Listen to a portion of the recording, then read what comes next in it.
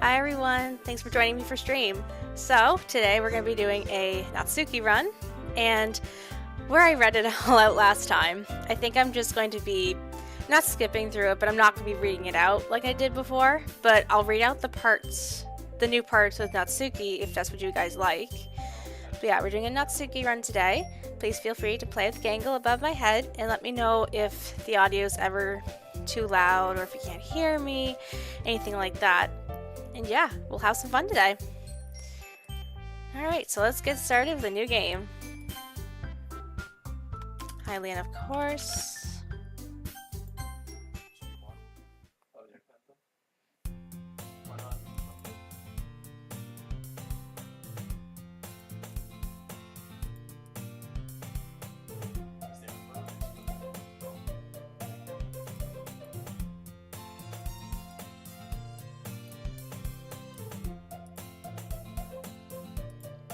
Yeah, feel free to talk to me too. Like, ask me any questions, talk with me, whatever you guys want to do.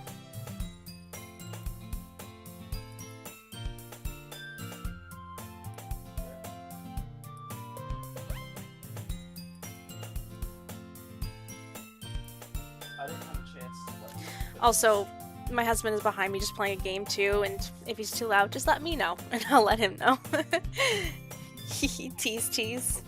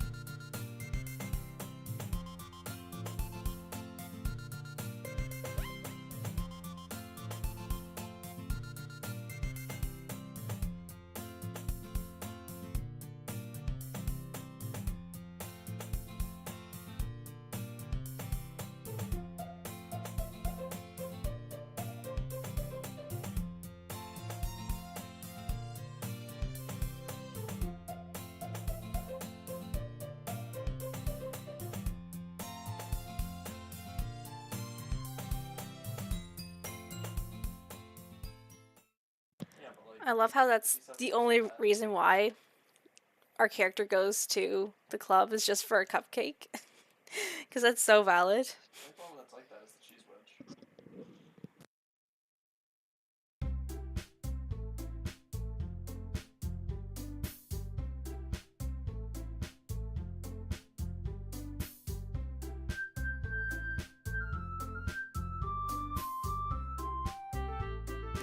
There's our girl Natsuki. We'll be romancing her today. And there's Monica.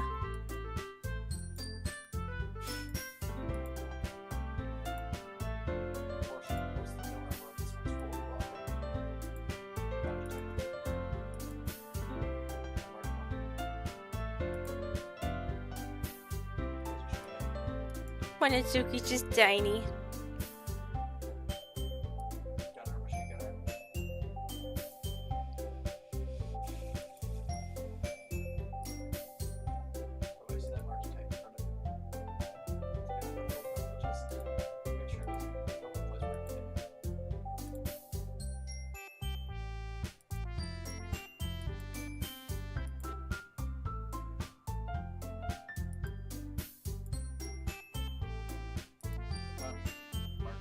So let's turn this light on more, I think.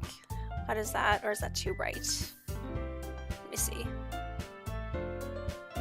Yeah, it's a little better. If it's too bright, you guys will let me know, right?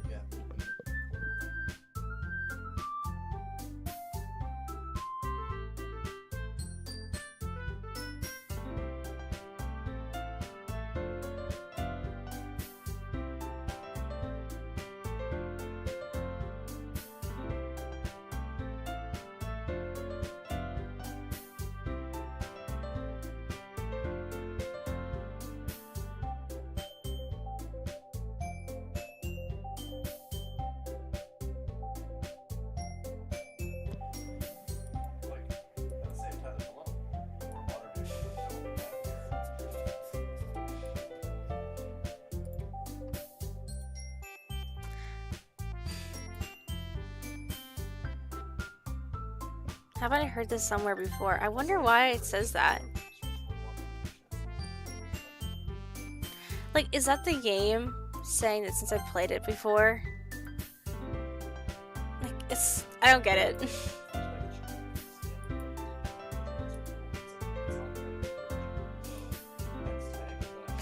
Okay, how about I read out the parts with just Natsuki until we get to the later on in the game.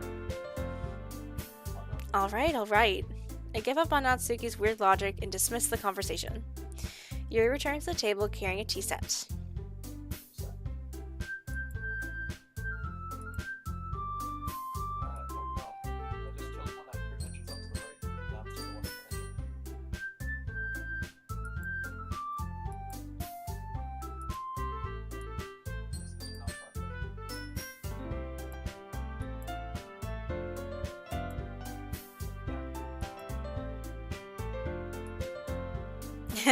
It was a cupcake.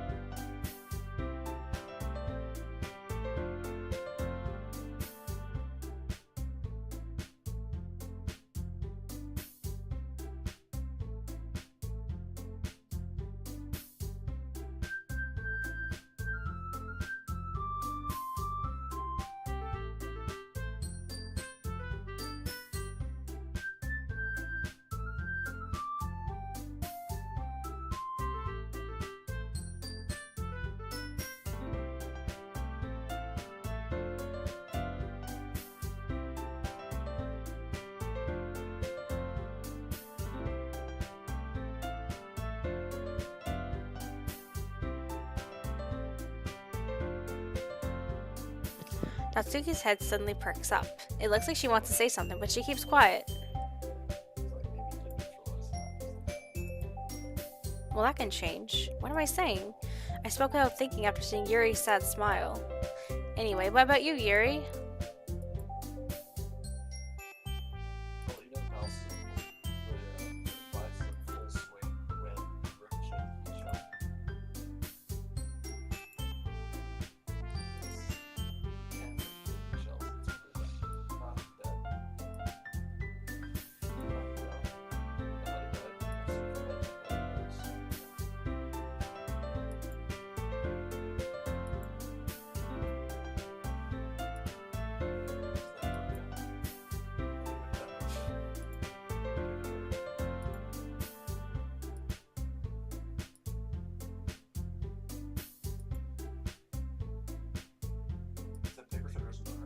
Ugh, I hate horror.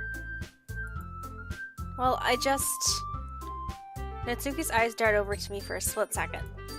Never mind. But what? What gives you that idea?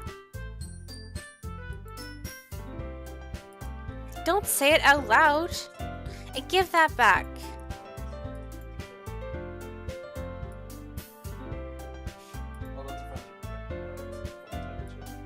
I'm not cute. Natsuki, you write your own poems? Or, well, I guess sometimes. Why do you care? I think that's impressive. Why don't you share them sometime? No. Natsuki averts her eyes. You wouldn't like them. Not a very confident writer yet?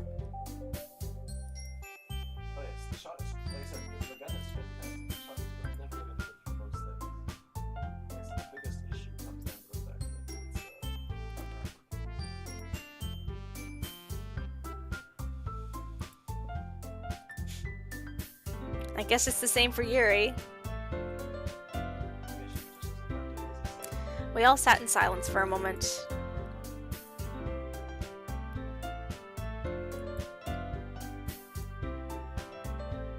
Natsuki and Yuri looked quizzically at Monika.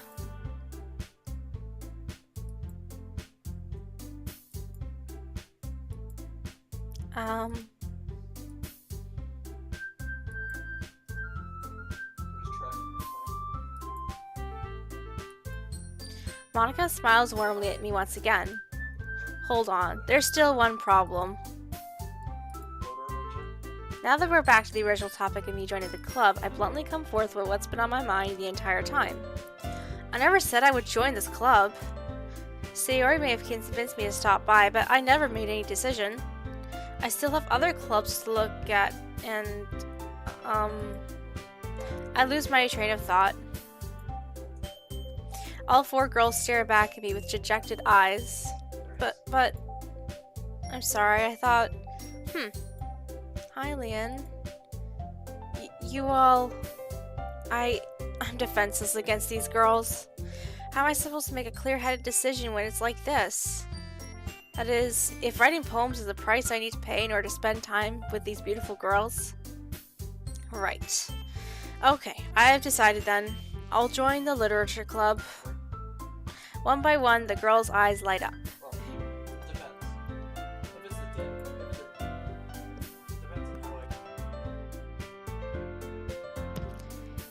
Hey.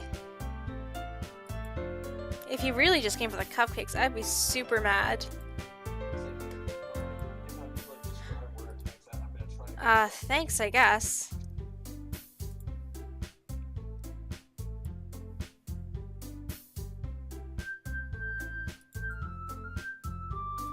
Monika looks over me once more. Yeah. Can I really impress the class star Monika with my mediocre writing skills? I feel the anxiety welling up inside of me. Meanwhile, the girls continue to chit-chat as Yuri and Natsuki clean up their food. That's right, Sayori and I never walk home together anymore because she always stayed after school for clubs. Sure, might as well.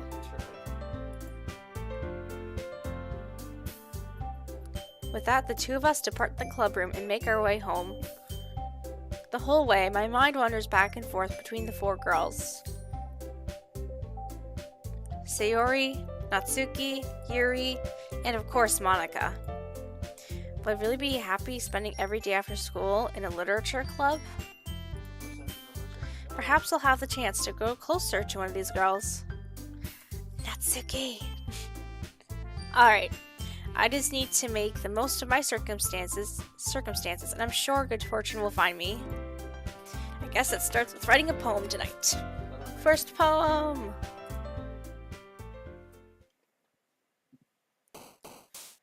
Alright, so with Natsuki, she likes cutesy direct words, right? So... swimsuit. Strawberry. Oh, that was her! Sugar.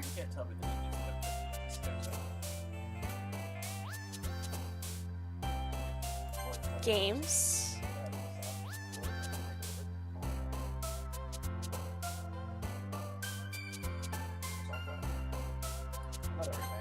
That's her? Kawaii.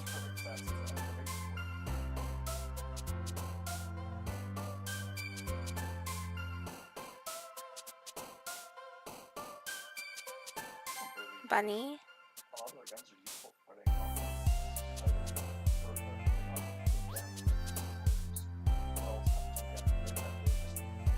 Lollipop.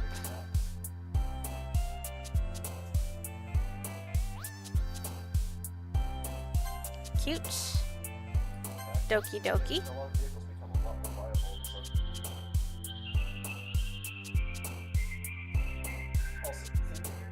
Valentine.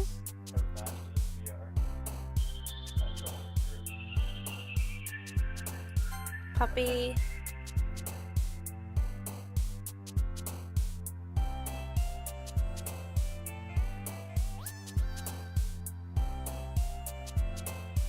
Nibble.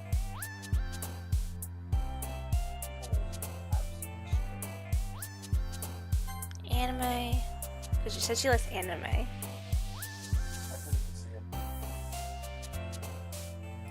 Bubbles. Kitty.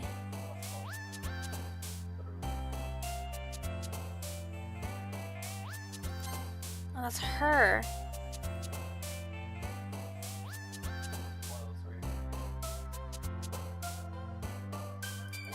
Skirt.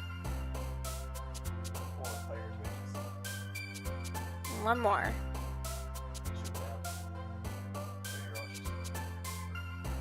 Boop. I think we're on our way to doing Natsuki, that's for sure. Nah, don't worry. This might be a little strange for me, but at least I keep my word. Well, I'm back at the literature club. I was the last to come in, so everyone else is already hanging out. I don't want to be, but I'm beside.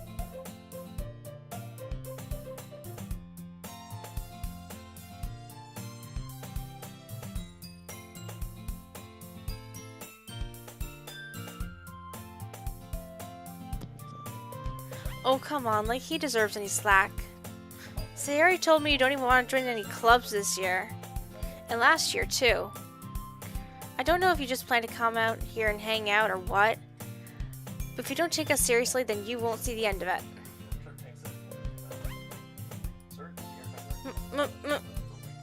Natsuki finds herself between saying Monica and manga.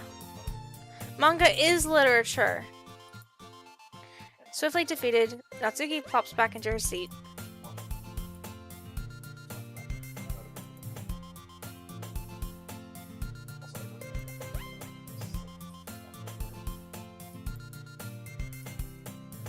Sayori, that's because your room is so messy, it's distracting. You almost set your house on fire once.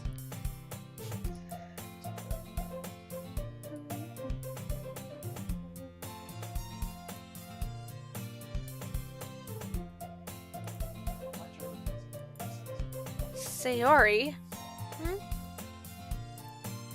As usual, Sayori seems oblivious to the weird situation she just put me into. Me?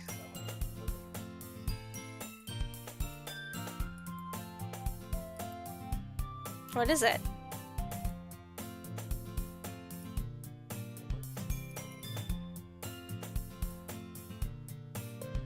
I guess that means it's up to me to rescue this situation. Hey, don't worry about it. First of all, I wasn't expecting anything in the first place, so any nice gesture from you is a pleasant surprise. You'll make me happy no matter what. Yeah, I wouldn't make a big deal. I won't make a big deal out of it if you don't want it to be.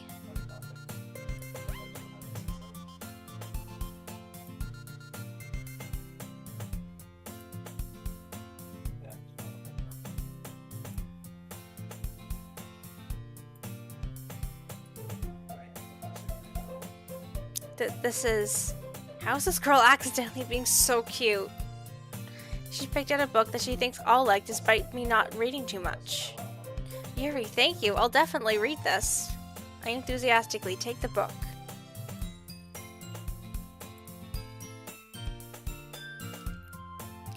Now that everyone's settled in, I expected Monica to kick off some scheduled activities for the club. But that doesn't seem to be the case. Sayori and Monica are having a cheery conversation in the corner. Yuri's face is already buried into a book. I can't help but notice her intense expression, like she was waiting for this chance. Meanwhile, Natsuki is rummaging around in the closet. Ah! I hear Natsuki utter an exasperated sigh from within the closet. She seems to be annoyed by something. I approach her, in case she needs a hand. You're looking for something in there? Freaking Monica. She never puts my stuff back in the right spot. What's the point in keeping her collection organized if someone else is just gonna mess it up? Natsuki slides a bunch of stacked books and boxes across the shelf. Manga. You read manga, right? Sometimes. Manga is one of those things you can't really admit you're into until you figure out where the other person stands. How did you know anyway? I heard you bring it up at some point. Besides, it's kind of written on your face. What's that supposed to mean? I see. There's a lone volume of manga amidst a stack of various books on the one side of the shelves. Curious, I pull it out of the stack. There it is. Natsuki snatches it out of my hands. She then turns to a box of manga and slips the volume right in the middle of the rest. Ah, much better. Seeing a box set with one book missing is probably the most irritating sight in the world. I know that feel. I get a closer look at the box she's admiring. Parfait Girls? It's a series I never heard of in my life. That probably means it's way out of my demographic or simply terrible. If you're just gonna judge, you can do it through the glass on that door. She points to the classroom door. Hey, I wasn't judging. I didn't even say anything. It was the tone of your voice. But I'll tell you one thing, Hylian. Consider this a lesson straight from the literature club. Don't judge a book by its cover. In fact, Natsuki pulls out the first volume of Parfait Girls from the box. I'm going to show you exactly why. She shoves the book right in my hands. Ah. I stare at the cover. It features 4 girls in colorful attire striking animated feminine poses. It's exceedingly mo. Don't just stand there. Wah.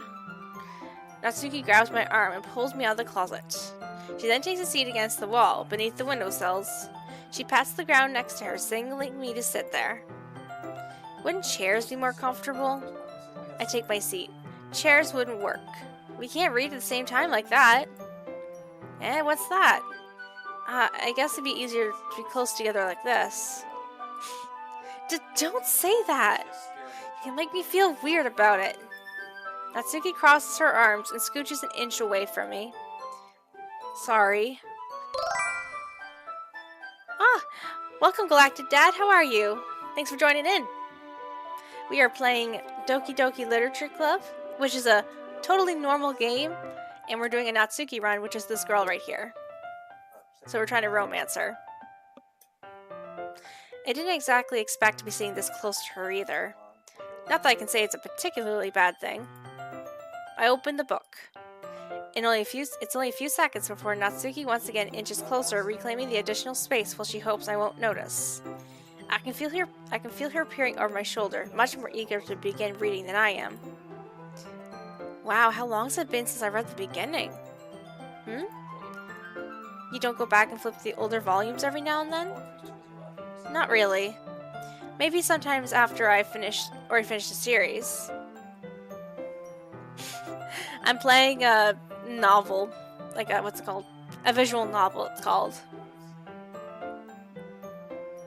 And I'm only reading I already read the whole thing last Saturday, so I'm only reading the parts between that are myself and this other girl that I'm trying to romance here.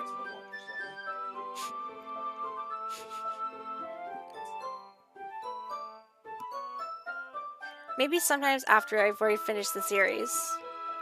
Hey, are you paying attention? I am, but nothing's really happened yet, so I can talk at the same time. It looks like there's a bunch of friends in high school. Typical slice of life affair. I kind of grew out of these, since it's rare for the writing to be entertaining enough to make up for the lack of plot. So, What should I expect from this? Is there going to be a plot? Well, obviously. You think I would enjoy something that doesn't have a plot? I mean, well, I guess I know what you're saying. A lot of the beginning is just about simple things. Like, there's a really funny chapter where they're obsessed with a guy at an ice cream shop. But that just helps you to get to know the characters. And besides, it's still entertaining. But later on, there's all kinds of drama.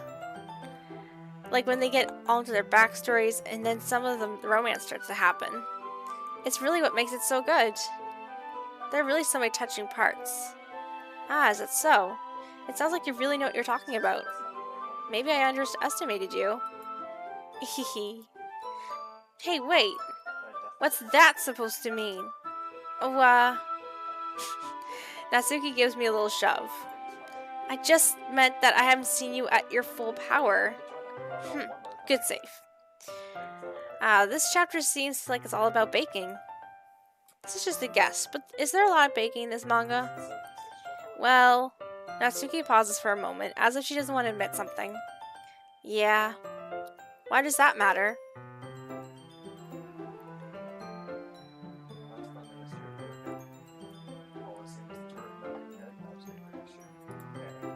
It doesn't. I was just curious.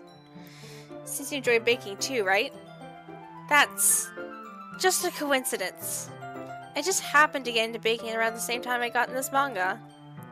Like, I would ever get into anything because it's a manga. I feel bad for anyone that's that impressionable. Haha. Definitely not a coincidence. I guess that explains Natsuki's interest in baking. Still, of all the hobbies to pick up from a manga, that's definitely one of the better ones.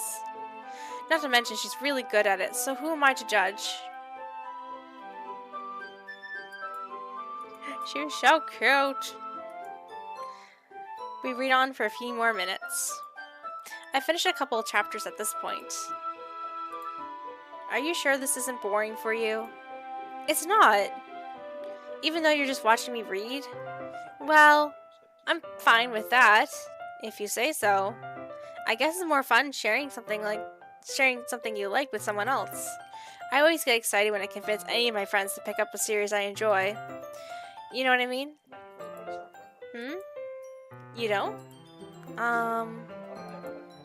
That's not... Well, I wouldn't really know. What do you mean? Don't you share your manga with your friends? Could you not rub it in? Oh, sorry. Like, I could ever get any of my friends to read this. They just think manga is for kids. I can't even bring it up without them being all like, eh, you still haven't grown out of that yet? It makes me want to punch them in the face. I know those kinds of people. Honestly, it takes a lot of effort to find friends who won't judge, much less friends who are also into it. I'm already kind of a loser, so I guess I gravitated towards the other losers over time. It's probably harder for someone like you. Yeah, it's pretty accurate. Wait, which part? I mean, I feel like I can't even keep it in my own room. I don't even know what my dad would do if he found this. At least it's safe here in the club room. Except Monica is kind of a jerk about it. I just can't win, can I? Well, it paid off in the end, didn't it? Here I am reading it. Well, it's not like any of that solves any of my problems. Maybe.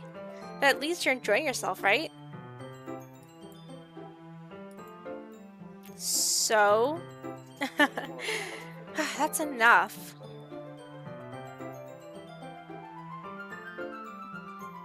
Are you gonna keep reading or what?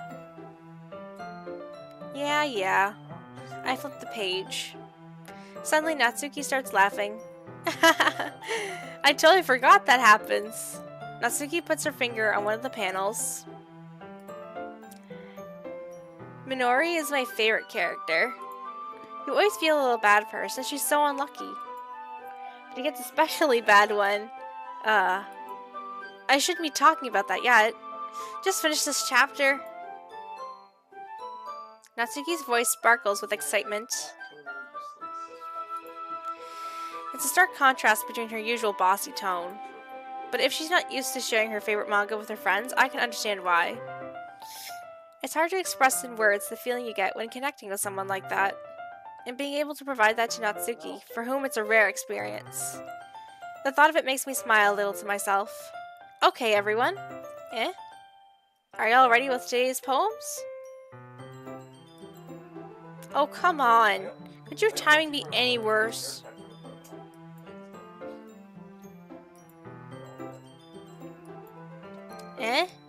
Ah! Natsuki suddenly noticed how close she gotten to me.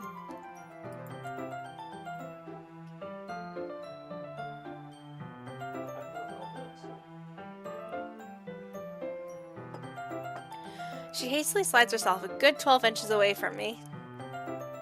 Alright, guess I'll stop here for now. I close the book and hand it towards Natsuki. You're just giving it back? Don't you want to know what happens? Yeah, but Monica just said, don't be dumb. Just take it home with you. Is that really alright? I say that mostly because I didn't plan on using my spare time to read this. Well, of course. It would take forever to finish if you didn't take it home. Just finish that one before tomorrow so we can start the next one. And if it gets bent, I'll kill you. By tomorrow? I only got partway through the volume so far. I might fall behind some shows if I try to get through on this. But I suppose it's a necessary sacrifice in exchange for seeing Natsuki's enthusiastic face. Or am I more scared of what happens if I don't finish it? Alright then. I stand up. I return to where I put my stuff and carefully slip the book into my bag. Yeah? My relaxation ends. I can't believe I just agreed to do something so embarrassing. I couldn't really find much inspiration since I'd never really done this before. Well, now that everyone's ready, why don't you find someone to share it with? I can't wait! Sayori and Monica enthusiastically pull up their poems. Sayori's is on a wrinkled sheet of loose leaf torn from a spiral notebook. On the other hand, Monica wrote hers in a compensation notebook.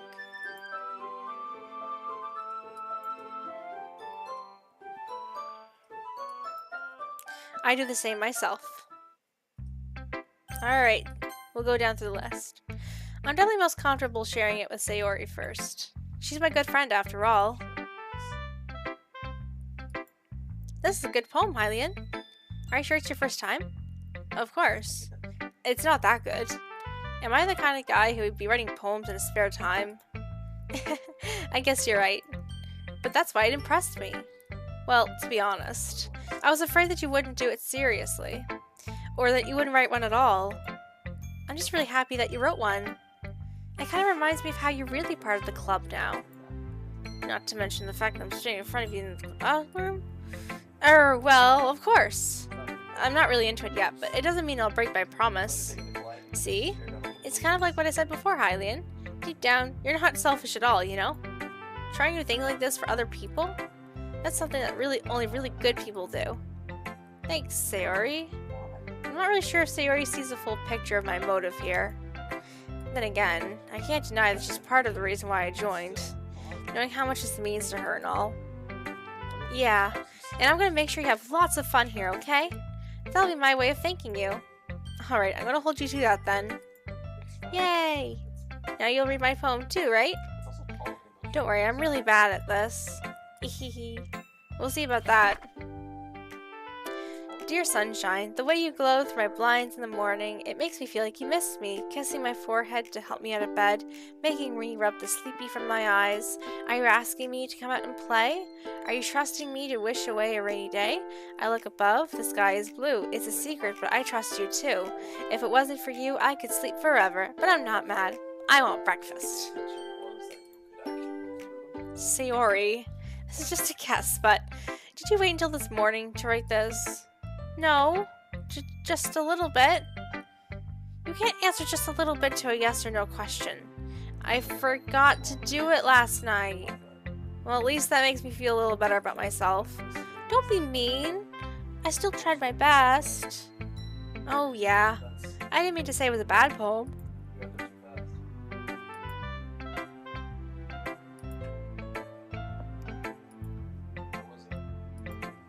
Especially that last line. I made eggs and toast. Even though you were late to school, it's bad to skip breakfast. I get all cranky. Well, I guess there's no point in arguing. Anyway, thanks for showing me. This was so much fun. Monica's the best. Yeah. But next time, I won't forget. I'm gonna write the best poem ever. Well, I look forward to it. Natsuki, our girl! Okay, well, let's start with the things I don't like. First of all, Natsuki rereads my poem. Never mind, I don't feel like giving you my opinion. Yeah, well then that's the point of sharing it in the first place. I wrote this when I could have been doing other things. In fact, remember how I said I wanted to read your poems? That's what I had in mind when writing this. I want to help you feel comfortable enough to share yours. Like Monica said. Well, I would be more comfortable sharing my poem if yours was really bad. You're supposed to show me some dumb poem, make me go, well, that's not that great, but let me show you what real literature looks like. And then you went and ruined it. I hope you're happy. So in other words, just saying that you liked it. Natsuki's retort gets caught in her throat. You're so... You don't understand anything, do you? I already told you that I don't have to go announcing it to the world like you're all self-important. Pretty sure you never actually said that. I say that mostly to myself. Natsuki must really hate me or something. I can't figure out if it's a win or loss if she liked my poem. In any case, you still need to show me yours, right? Fine, I guess. But only because Monica will make me if I don't. Eagles can fly, monkeys can climb, crickets can leap, horses can race, owls can seek, cheetahs can run, eagles can fly, people can try, but that's about it. Yeah, I told you that you weren't gonna like it. I like it. What? Just be honest. I am. Why are you so convinced that I wouldn't like it? Well, because everyone in high school thinks that writing has to be all sophisticated and stuff, so people won't even take my writing seriously. But isn't it the point of poems for people to express themselves? Your writing style wouldn't make your message any less valid. Yes, exactly. I like when it's easy to read, but hits you hard. Like in this poem, seeing everyone around you doing great things can be really disheartening. So I decided to write about it. Yeah, I understand. But the other thing about simple writing is that it puts more weight on the wordplay. Like, I set up for a rhyme in the end, but then made it fall flat on purpose. It helps bring out the feeling in the last line. So you did. I guess more went into it than I realized. That's what it means to be a pro. I'm glad you learned something. Didn't expect that from the youngest one here, now did you? Yeah, I guess not. I decided to humor her with that last comment. I don't really care how old everyone is, but Natsuki is feeling proud that I will take that away from her. Guess I'll just kill them all. Guess I'll just have to do it myself.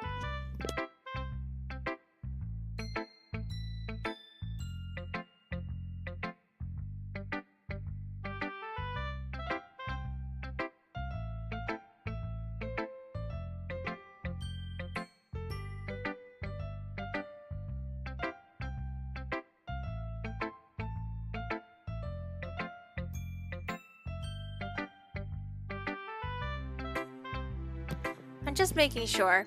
I guess that it might be after reading through it. So it's that bad. No. Did I just raise my voice? I'm so sorry. Yuri buries her face in her hands. I couldn't help but notice that it's been several minutes and we really haven't gone anywhere. It might take Yuri a while to get used to new people. It's fine, I didn't really notice. What were you saying? Right, it's just that there's specific writing habits that are usually typical of new writers. And having been through it myself, I kind of learned to pick up on them. I think the most notable thing I recognize in new writers is that they try to make their style very deliberate. In other words, they tend to pick a writing style separate from the topic matter and they form fit the two together. The end result is that both the style and the expressiveness are weakened. Once Yuri finds her train of thought, it's as if her demeanor totally changes. Her stammering is completely gone and she sounds like an expert.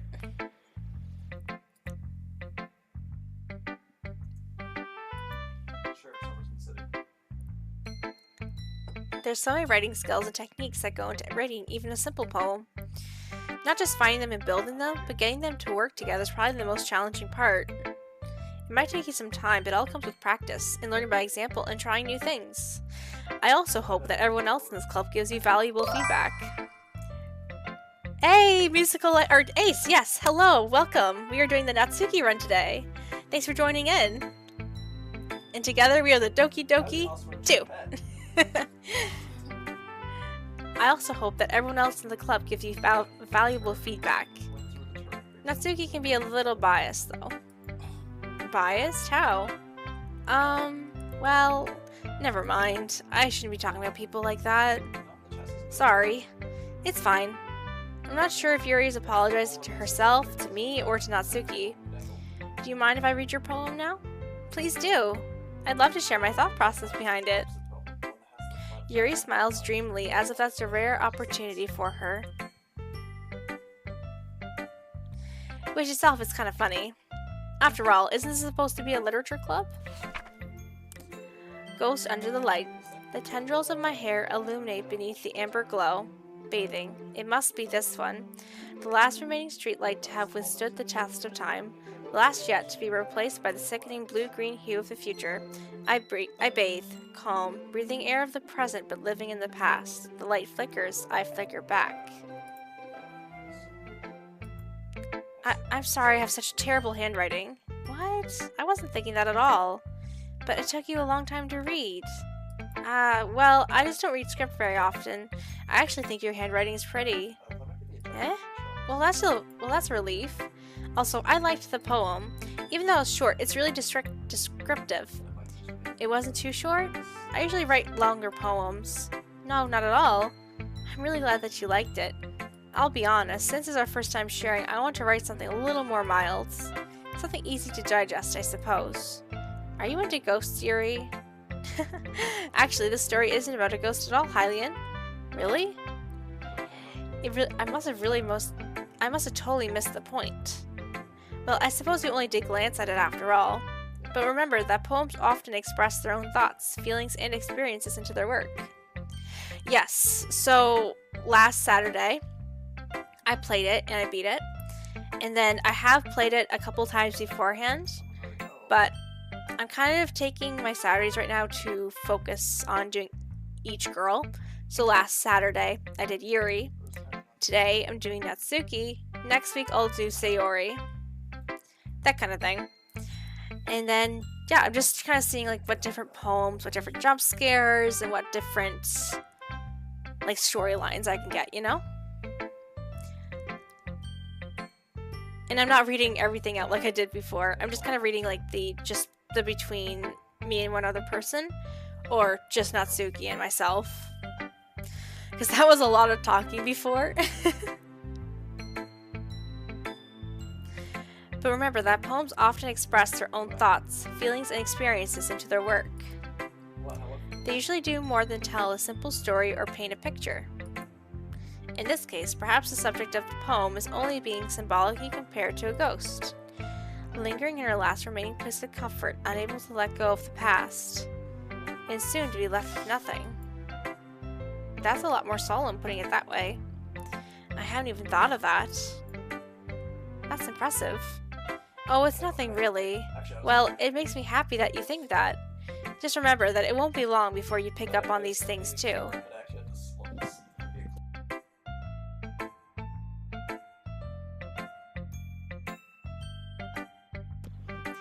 Yeah, maybe you're right. I guess I'll have to keep trying. I'm counting on you. And just Monica left. Hi, Hylian.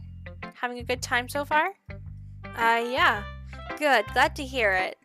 By the way, since you're new and everything, if you ever have any suggestions for the club, like new activities or things we can do better, I'm always listening. Don't be afraid to bring things up, okay? Alright, I'll keep that in mind. Of course I'll be afraid to bring things up. I'm much better just going on with the flow until I'm more settled in. Anyway, want to share your poem with me? It's kind of embarrassing, but I guess I have to. Don't worry, Hylian. We're all a little embarrassed today, you know? but it's that sort of barrier that we all learn to get past soon. Yeah, that's true. I hand Monica my poem. I like it, Hylian. Really? It's a lot cuter than I expected. Oh man. No. It kind of makes me think something that Natsuki would write. And she's a good writer too. So take that as a compliment. If you say so. Yeah. By any chance, would you have read anything by Shel Silverstein? Huh? Maybe a long time ago. He's famous for telling all kinds of stories in just a few simple words. His poems can be funny, endearing, or even sad. And sometimes they're only a few lines long. They might feel like they're written for kids, but if you think about them, they can express views of the world that would apply to anybody. I see. So you're saying that Natsuki is kind of like that? Sort of. Maybe she's not an expert, but you probably won't find much filler in her poems. They might be easy to write, but they're super challenging to get the meaning though. So I can see why it would kind of be your kind of poem to explore.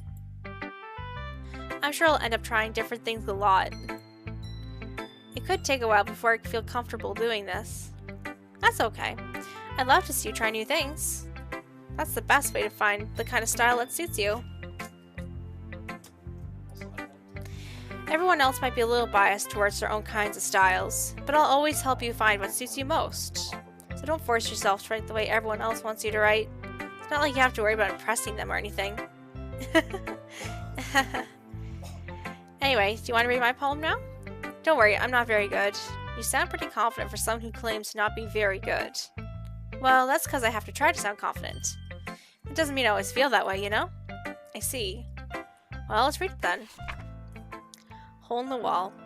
It couldn't have been me. See the direction the spackle protrudes? A nosy neighbor?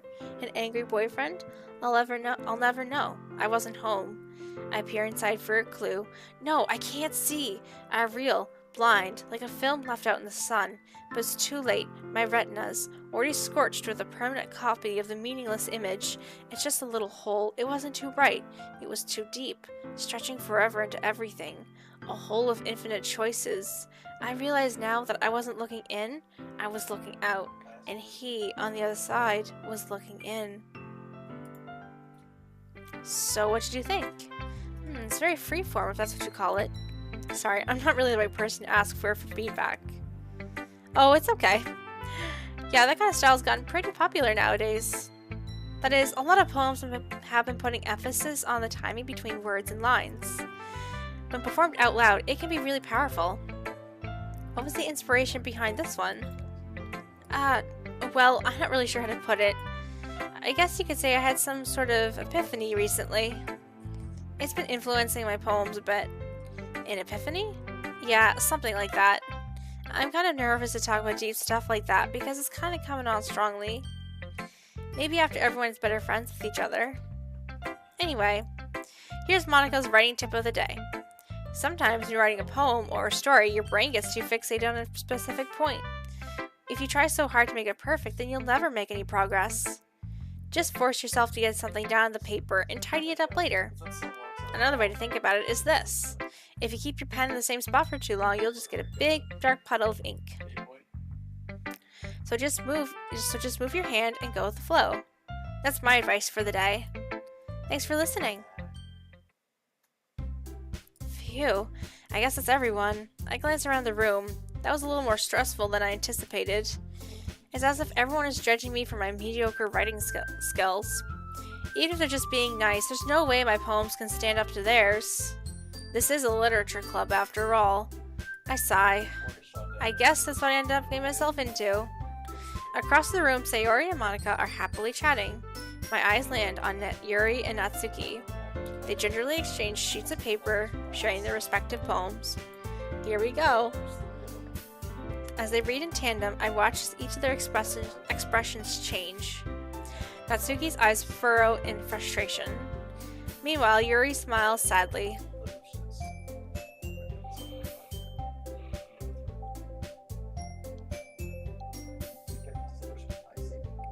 What's with this language? Huh?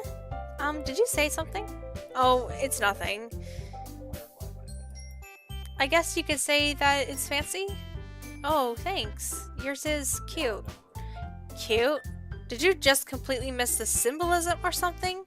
It's clearly about the feeling of giving up. How can that be cute? I know that. It's just that I meant the language, I guess. I was trying to say something nice. Huh? Well, you mean you have to try that hard to come up with something nice to say? Thanks, but it really didn't come out nice at all. Well, I do have a couple of suggestions. If I was looking for suggestions, I would have asked for someone who actually liked it. Which people did, by the way. Sayori liked it, and Hylian did too.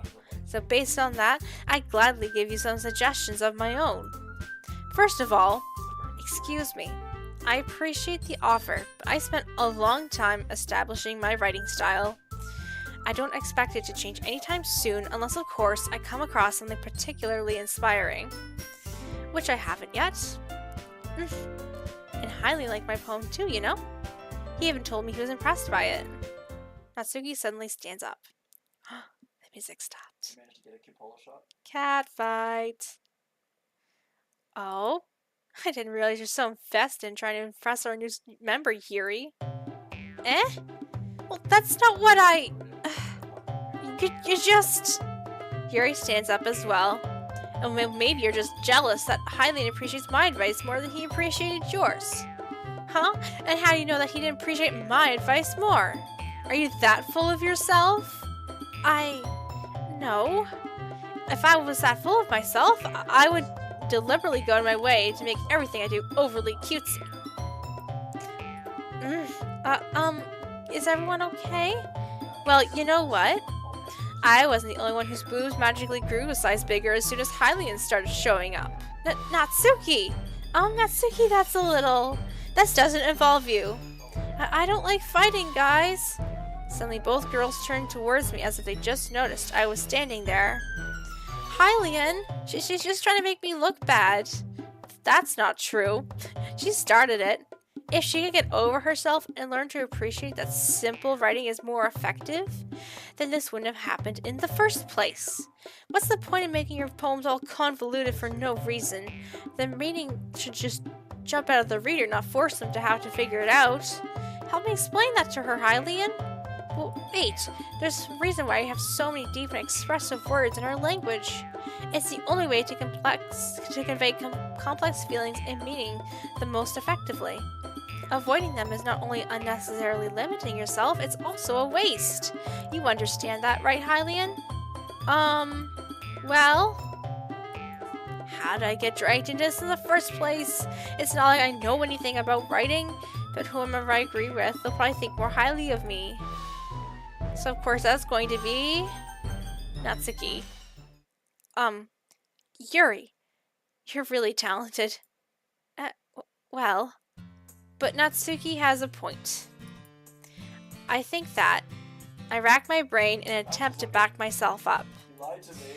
I think that conveying feelings with a few words can be just as impressive as well. It lets the reader's imagination take over. And Natsuki's poem did a really good job at that. Yeah, it did, didn't it? Haha. Shows how much you know. But that's not... Natsuki, I think that's enough. Huh? Me? But she was so mean to me! Natsuki voice whines.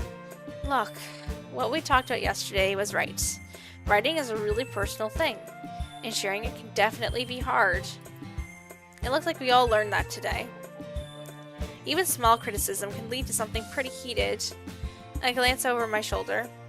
Sayori is nodding vigorously. Yeah, so... You don't need to feel threatened. You're a great writer, Natsuki. Natsuki's voice gets caught in surprise. Thanks for noticing. She finally mutters that, barely audible. Yuri. Yuri looks at me dejectedly. With a face like that, I can't help but feel bad for her as well. I'm sure that Natsuki didn't mean everything she said, so you don't need to feel threatened either. Well, if you say so. Hey, it's not like you need to apologize for me, Hylian. Sheesh. Natsuki takes a breath. The thing about, Natsuki glances around the room. Would everyone stop staring at me? Unsurprisingly, Natsuki has a harder time with it than she boasted. Sayori and Monica look away. Anyway, the thing about your boobs, I didn't mean it, okay? That's all. Natsuki looks away, avoiding eye contact with anyone. Yeah, you're naturally beautiful, Yuri. Sayori? I'll go make some tea. I was just trying to help. I'm sure she appreciated Sayori. I pat Sayori on the shoulder. Well, now that we're past that, everyone read each other's poems, right? I hope that was worthwhile for everyone. Especially you, Hylian. And to be honest, it's a nice change of pace from the lazing around we get a little too used to. So my joining my club was responsible for ruining the atmosphere. Oh no, not at all. There's still time before we go home, so let's all relax for a bit. Of course, besides chatting, we do literature-related things in the club room, so maybe you can take the chance to read up a book or do some writing. After all, that's what the club's for. I disagree, Monica. Huh? About what? That's not the most important thing about the literature club. The most important thing is having fun! Of course. Oh, sorry. I guess that's why you're the vice president, Sayori. In the end, though, Monica's right. Being in the literature club means I can't spend all my time doing nothing. But in the end, I guess it's been worth it so far. Could you ask the water, please?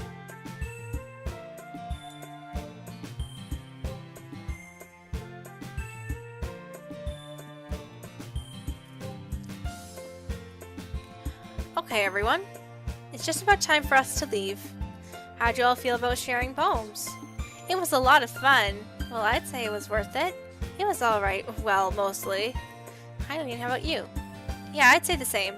It was a neat thing to talk about with everyone. Awesome! In that case, we'll do the same thing tomorrow, and maybe you learn something from your friends too. So your poems will turn out even better. I think to myself, I did learn a little more about the kinds of poems everyone likes. With any luck, that means I can do a better job at impressing those I want to impress. I nod to myself with newfound determination. Hylian, ready to walk home? Sure, let's go. Sayori beams at me. It truly has been a while since Sayori and I have spent this much time together. I can't really say I'm not enjoying it either. Sayori, about what happened earlier? What do you mean? No, between Yuri and Natsuki? Does that kind of thing happen often? No.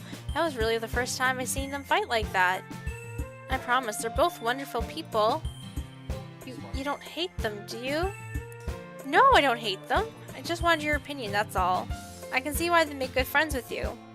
Phew.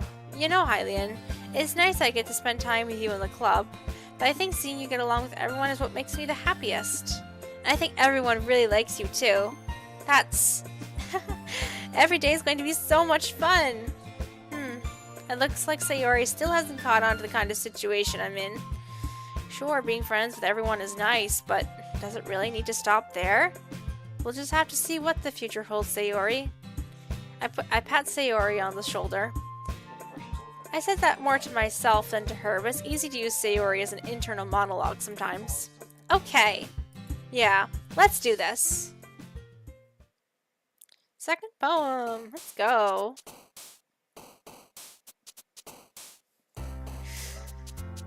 How's everyone doing so far? All doing okay?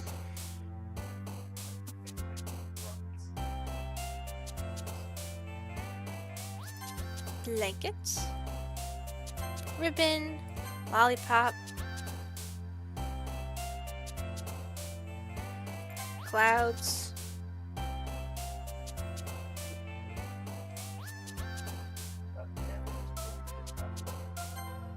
oh, that was her. Interesting. Anime for sure for her, boop for her. It's not flower, we learned that last time. Maybe it's marriage. No, hers is also marriage. I wonder what hers is then for that page. Bunny, we know. Puppy.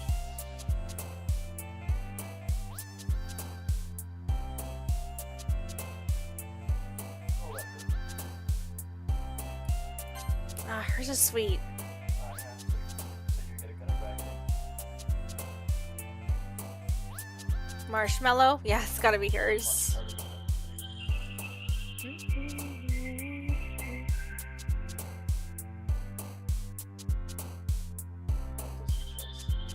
Poof. I love the words that are just like sound effects. It's so cute.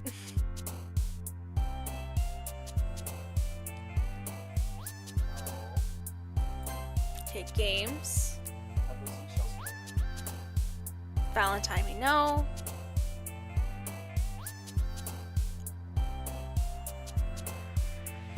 Color? Hers is color?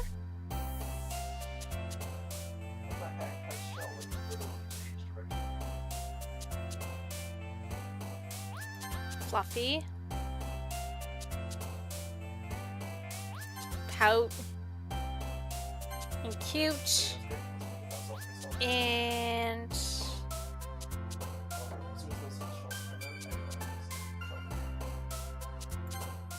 I think we got more for Natsuki though, hopefully. Another day passes and it's time for the club meeting already. I've gotten a little bit more comfortable here in the past couple days. Entering the club room, the usual scene greets me. Hi, Hylian. Yo, Sayori. Looks like you're in a good mood today. I just got used to you being in the club, that's all. I see. That's a pretty simple thing to get you in a good mood. I guess it's always the simple things with you anyway. Speaking of which, I'm kind of hungry. Will you come with me to buy a snack? No thanks. That's not like you at all. I have my reasons. I want to take a look at your purse, Sayori. Why is that all of a sudden? No reason, really. I just wanted to look at it. Sayori nervously retrieves her coin purse. She fumbles with the latch and gets it open. Then she turns it upside down and lets its contents spill on the desk. Only 2 small coins fall out. I knew it. I can see right through you, Sayori. Oh, that's not fair. How did you even know? It's simple. If you had enough money in the first place, you would have brought a snack before coming into the club room. So either you're not hungry and want an excuse to take a walk, or you plan to conveniently forget that you spent all your money, so I would lend you some. But there's one more thing. You're always hungry. And so that only leaves the one option. Wow, I give up. Don't make me feel guilty. If you feel guilty, that means you deserve to feel guilty. Yuri suddenly giggles. I didn't notice that she was listening in. Her face is in her book as always. I wasn't listening or anything. I was just something in my book. Yuri, tell Hylian to let me borrow some money. Don't get me involved like that, Sayori. Besides, you should only buy what you can responsibly afford. And frankly, after playing a mischievous little stunt like that, your suffering is fair enough retribution.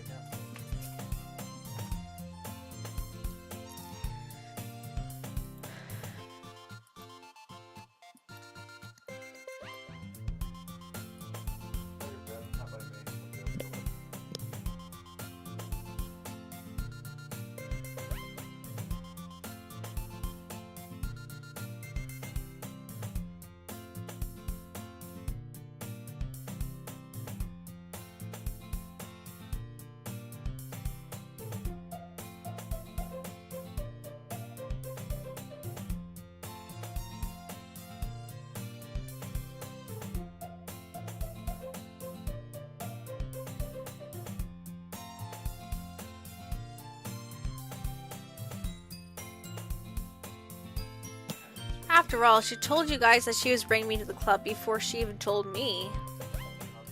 But you wouldn't have come if it wasn't for the cupcakes. So I had to trick Natsuki into making them. Yeah. Did the music just get louder? There we go. Don't ask questions. Come on, give me more credit than that, Sayori. Pwah! Kia! Out of nowhere, something smacks Sayori in the face and tumbles onto the desk. No.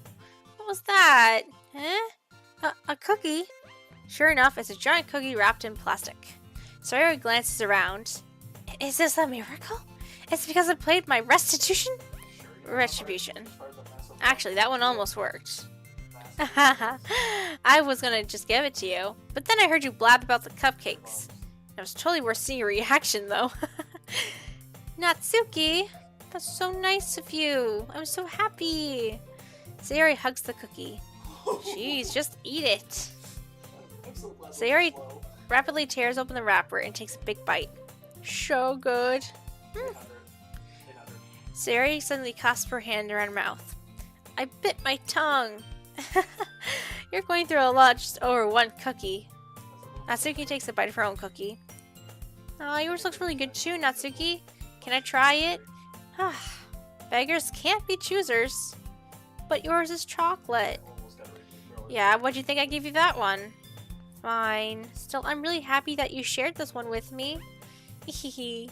Sayori gets out of her seat and goes behind Natsuki, then wraps her arms around her. Ah! Welcome, Monica! Thank you so much for the follow. That went over your head. Boo! Boo to you too.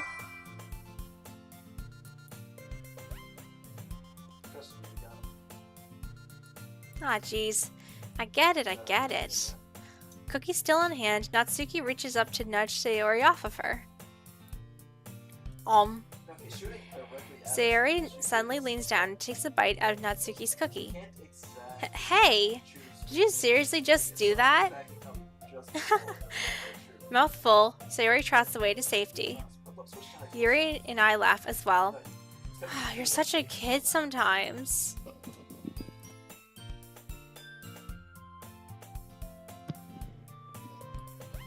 Monica, can you tell Sayori? Eh? Natsuki glances around. Monica isn't in the classroom. Where's Monica anyway? Good question. Have any of you heard about her being late today? Not me. Yeah, I haven't either. Well, that's a bit unusual.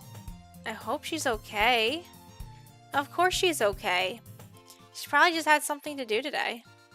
She's pretty popular after all. Eh? You don't think she has a... I wouldn't be surprised. She probably is more desirable than all of us combined. Well, that's true. Excuse me? Suddenly the door swings open. Sorry, I'm super sorry. Oh, there you are. I didn't mean to be late. I hope you guys weren't worried or anything. Eh? Monica chose the club after her boyfriend after all. You're so strong-willed. But boyfriend? What on earth are you talking about? Monica quizzically glances at me. Oh, never mind that. What held you up anyway? Well, my last period today was study hall. To be honest, I kind of just lost track of time. That makes no sense, though. You hadn't heard the bell ring at least. I must not have heard it since I was practicing piano. Piano? I wasn't aware you played music as well, Monica. Oh, well, I don't really. It was just kind of started recently. I've always wanted to learn piano. That's so cool. You should play something for us, Monica. Monica looks at me. Maybe once I get a little bit better, I will. Yay! That sounds so cool. I also look forward to it. Is that so? In that case, I won't let you down, Hylian. Monica smiles sweetly. I didn't mean any pressure or anything like that.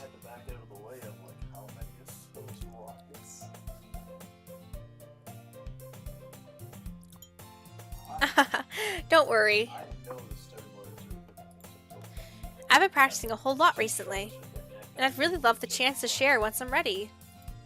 I see. In that case, best of luck. Thanks. So I didn't miss anything, did I? No, not really. I chose to leave out Sayori's mischievous escapade. I'm sure Natsuki will end up complaining to her anyway.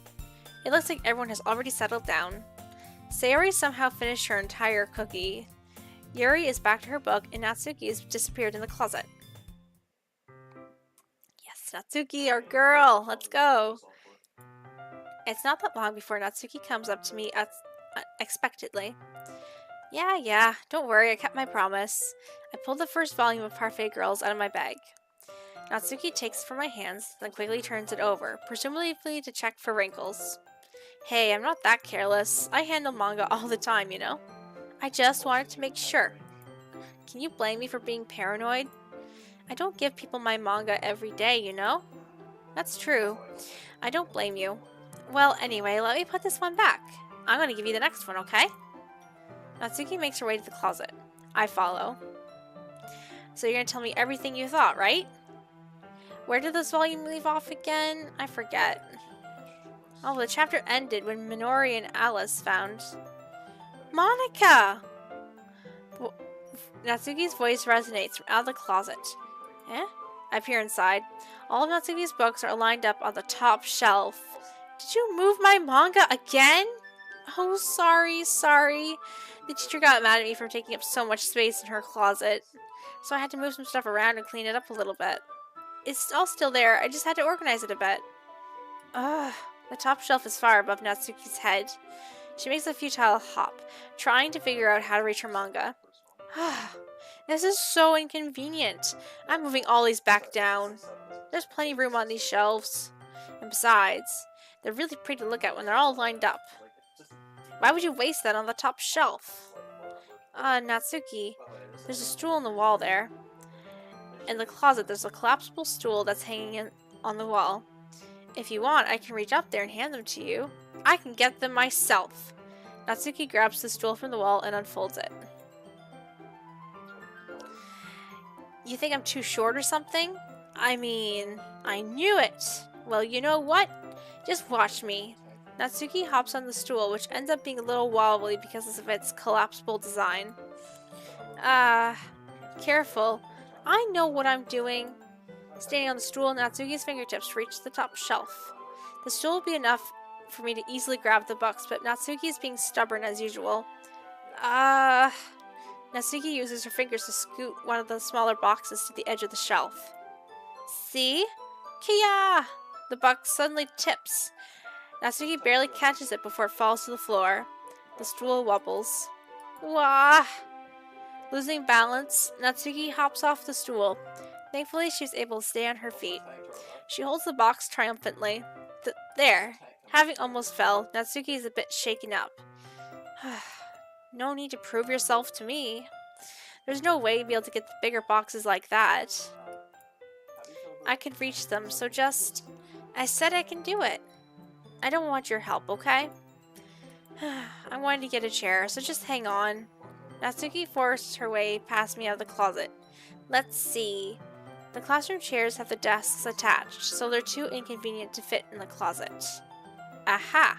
Natsuki trots over to the teacher's desk, which has a computer chair behind it. She rolls it onto its wheels, back over to the closet. Ah.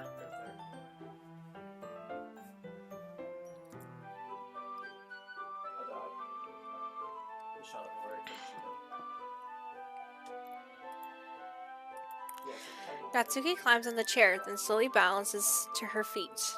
Since she refuses my help, I take a seat with my back against the side of the doorway, and simply watch. Aha, there we go. See, I can easily do it now. Natsuki grabs a stack of manga and bends down to put it at the shelf below. Wah! The chair swivels. Natsuki catches herself on the shelf. What are you doing? Can you at least hold the chair steady instead of sitting and doing nothing? Was it me who was told not to help? Yeah, I got you. I hold the chair while Natsuki reaches back up. I can almost see up her skirt? I force myself to turn away. Natsuki seriously didn't think this through. When she realizes I'll be dead. Hep! Natsuki wraps her arms around the Parfait Girls box set, and easily the largest one on the shelf. Heavy. Hey, hi, Leon. I don't think I can bend down without falling. Hurry and take this one. But then I have to let go of the chair. That's fine. Just for a second. Hurry up. Alright. Let me just stand up. I slowly release my grip from the chair. What do you mean, stand up? Natsuki looks down at me. Why are you all the way back? Natsuki looks like she's just realized something, but she'll lose her balance if she moves. Natsuki, the box! What are you looking at? You're trying to look up my... Natsuki's legs shake. I'm not. I was just... Natsuki, don't try to move. Just give me the box. What kind of game you playing here, huh? Looking up A for visual what? novel. Looking up a visual indeed. You perv. You set me up. Go away. Get out. But I'll do it myself. The chair suddenly swivels beneath Natsuki's feet. Natsuki. Kia! The scene turns into chaos in a split second. The chair flies up from underneath Natsuki's feet. Frantically, I try to catch her. The box topples out of her hands and the books go flying. I got you. Crash! The full force of Natsuki's body against me throws me to the ground. A whole bunch just pelt me in the face. Natsuki tries to shield herself with her arms as her face lands straight onto my chest. My right arm and my back seriously felt the impact.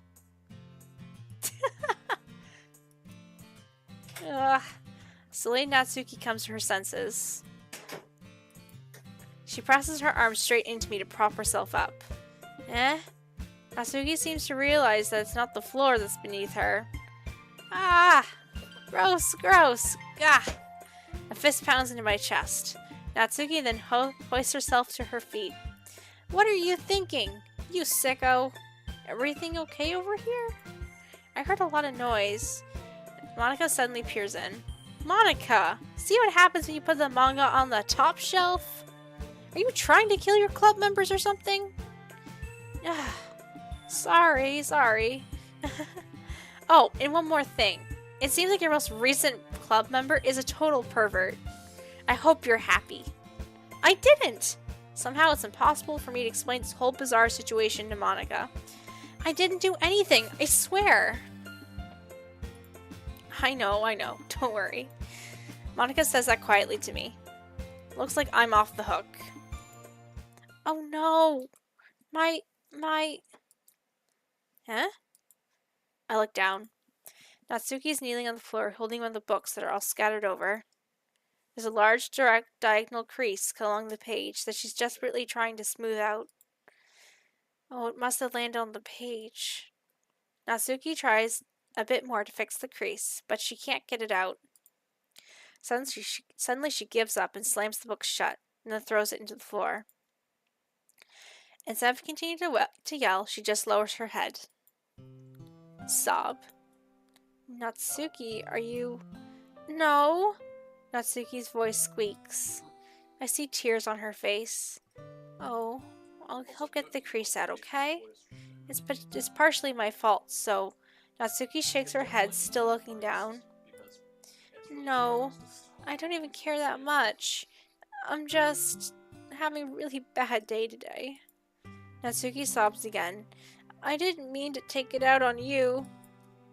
I didn't mean to. It's fine. Is there anything you want to talk about? Natsuki shakes her head. Just every day is so hard. I just want to come to the club and... Natsuki's fall silent again. I can't press her, so I do only what I know I can do. Alright. Well, I'll help clean this up. And I'll move the rest of your manga for you. I pick up volume 2 of Parfait Girls. We'll set this one aside. This will help cheer you up a bit, right? We can get started on this one once I'm done here. Natsuki looks up with her glossy eyes. Her lip quivers. You're really nice to me. Huh? That sounds really strange coming from Natsuki. I didn't expect it at all. Well, I'm just treating you like a friend, you know? Natsuki lowers her head and stifles another sob.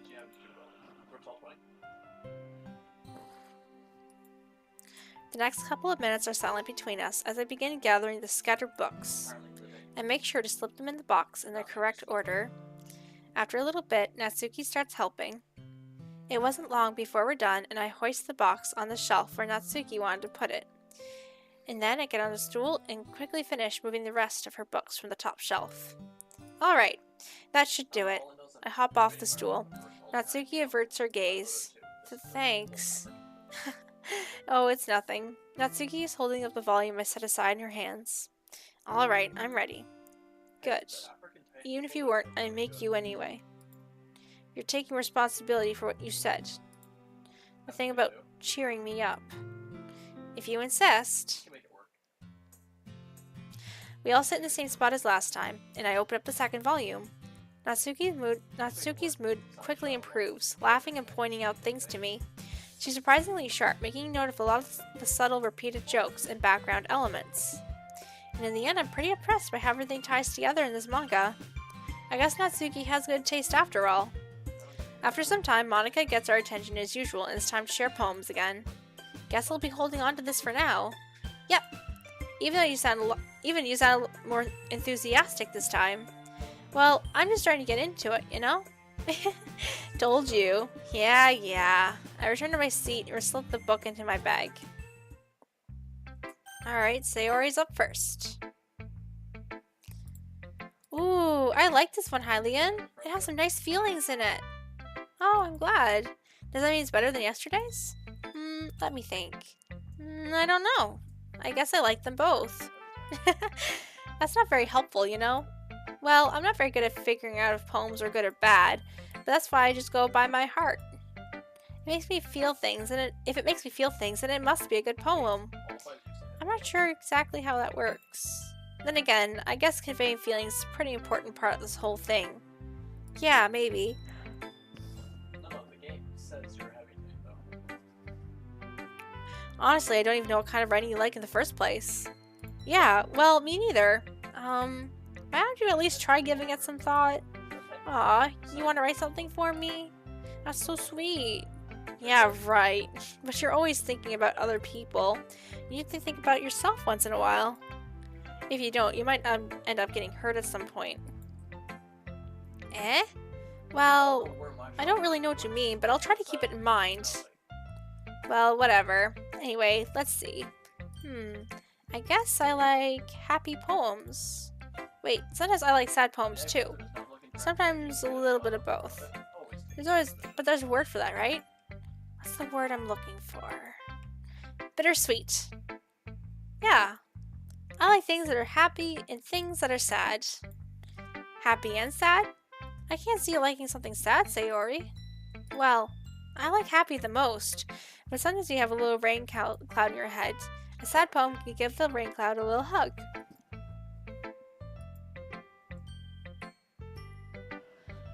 Sayori, that's unexpectedly poetic. It is? Maybe I'm getting better expressing my feelings after all. Thanks, Hylian. I should go write that down then. You can read my poem now, okay? Bottles. I pop off my scalp like the lid of a cookie jar. It's the secret place where I keep all of my dreams. Little balls of sunshine all rubbing together like a bundle of kittens. I reach inside with my thumb and forefinger and pluck one out. It's warm and tingly, but there's no time to waste. I put it in a bottle to keep it safe. I put the bottle on the shelf with all the other bottles. Happy thoughts, happy thoughts, happy thoughts in bottles all in a row. My collection makes me lots of friends, each bottle a starlight to make amends. Sometimes my friend feels a certain way, down comes a bottle to save the day.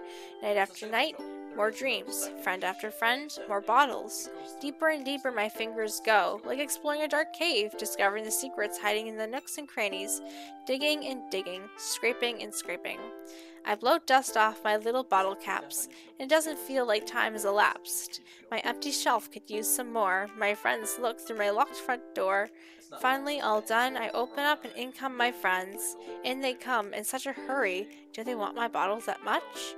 I frantically pull them down from the shelf, one after the other, holding them to each and every friend. each and every bottle, but every time I let one go, it shatters against the tile between my feet. Happy thoughts, happy thoughts, happy thoughts, and shards all over the floor. They're supposed to be for my friends who aren't smiling. They're all shouting, pleading, something, but all I hear is echo, echo, echo, echo, echo, inside of my head. Holy crap. Sayori, did you really write this? Of course I did. Didn't I tell you yesterday I was going to write the best poem ever? Yeah, but I mean, I didn't expect something like this coming from you. Monica taught me a whole lot, and I've been really in touch with my feelings recently. I see that.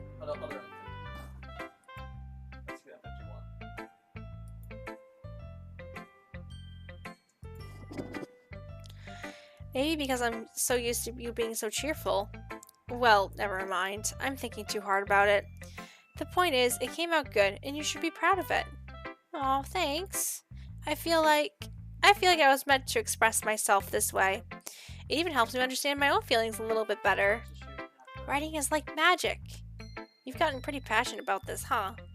I hope you keep it up. Yeah, writing's the best. I'm gonna keep writing until I die. Don't get ahead of yourself. Sayori's always had a bit of a habit of getting obsessed with something before dropping it no more than a week later. I wonder if it's one of those times. But seeing the passion in her eyes makes it hard for me to be pessimistic. Who should show my poem to next? Natsuki, your girl. Natsuki reads my poem. She keeps glancing at me, then back over at the poem. By now, she must have read it more than once. Is it that bad? No, it's not. It's good. It's really good, okay? There, I said it. This wasn't supposed to happen at all. Why can't you just be bad at this? My poems are supposed to impress you, not the other way around. You're trying to impress me? Obviously. You think I'd let you enjoy Yuri's writing more than mine? Give me a break. Well, in that case, what's the problem with me trying to impress you? I'll tell you, Natsuki's face freezes like she just realized something. You're trying to impress me? Natsuki vigorously scans her eyes over my poem one more time. Then the poem slips out of her hands and flutters to the floor. I have to use the bathroom. Red-faced, Natsuki quickly walks out of the room. Hey, Hylian, did you do something to Natsuki? I just saw her rush out like that. You didn't do anything terrible, did you? No. I just told her that. My voice gets caught in my throat. There's no way I could tell Monica that I'm trying to impress Natsuki. Monica sees the poem laying on the floor and swiftly picks it up. She reads through it, her smile not fading from her face. I see. You wrote this for Natsuki, didn't you? I mean, not really. In fact, didn't she like your poem a lot more the other day too? I'm surprised you know her taste so well already. Are you sure you're not cheating, Hylian? Cheating? What do you mean by that? Never mind, I'm just kidding. I didn't understand Monica's joke at all. Anyway, how do you think Natsuki feels about you? Oh, you don't need to answer that. It was just something for you to think about. Hey! Natsuki comes up and snatches the poem out of Monica's hands. Neither of us had noticed her re-enter the classroom. Did you read this, Monica? Of course, I liked it. You should really stop reading things that aren't for you, you know? You have a bad habit of doing that. Huh? But Hylian wrote this poem. And we're supposed to share it with everyone, right? Natsuki freezes. She apparently forgot that my poem is technically for everyone to read. Okay, well I think Hylian is done sharing this poem with everyone. It's not like anyone would want to read this anyway. In fact, I'm just going to hold on to this. If you insist. What? Why are you looking at me like that? Like what? Never mind. Natsuki, I'll give you the poem, but that's not very fair to Yuri. She hasn't gotten to read it yet. So what? Well, I guess Hylian is right, Natsuki. It's not fair if you don't let everyone finish reading it. Fine. Natsuki returns my poem. It's not like she's going to like it, though. Anyway, read my poem now. And no, I won't let you keep it. This is my only copy. You know what I heard about Amy? Amy likes spiders. Icky, wriggly, hairy, ugly spiders. That's why I'm not friends with her. Amy has a cute singing voice. I heard her singing my favorite love song. Every time she sang the chorus, my heart would pound to the rhythm of the words. But she likes spiders. That's why I'm not friends with her. One time I hurt my leg really bad. You just get shot at. Amy helped me up and took me to the nurse. I tried to not let her touch me. She likes spiders, so her hands are probably gross. So that's why I'm not friends with her. Amy has a lot of friends. I always see her talking to people. She probably talks about spiders. What if her friends start to like spiders too? That's why I'm not friends with her. It doesn't matter if she has other hobbies. It doesn't matter if she keeps it private. It doesn't matter if it doesn't hurt anyone. It's gross. She's gross. The world is better off without spider lovers. And I'm going to tell everyone. It's quite the poem. Not bad, right? It's quite a bit longer than yesterday's. Yesterday's was way too short. I was just warming up. I hope you didn't think that was the best I could do. No, of course not. Anyway, this message is pretty straightforward in this poem. I doubt I have to explain it. Sometimes you can explain complicated issues with much simpler analogies. It helps people realize how stupid they're being. Anyway, like anyone would agree with the subject of this poem is an ignorant jerk. Do you know people like that? Of course, it's about how everyone thinks my... That doesn't matter, it can be about anything. I wrote it to be easy to relate to. Everyone has some kind of weird hobby or guilty pleasure. Something you're afraid if people will find out, they make fun of you or think less of you. But that just makes people stupid. Who cares what someone likes as long as they're not hurting anyone or if it makes them happy? I think people really need to learn to respect others for liking weird things. Well, you're definitely right. At least I can relate to that. I'm sure a lot of other people can too. You know, I'm glad that you can appreciate this kind of writing. I mean, I was talking about that yesterday. And I've been enjoying sharing my writing with you, so consider yourself lucky, okay? Well, thanks for being honest. Wait, what's that supposed to mean? I'm always honest. Jeez. Just look forward to tomorrow too, okay? Alright, I will.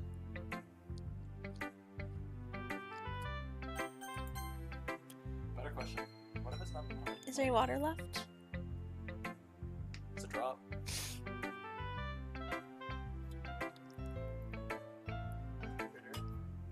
I'll give you an extra drop.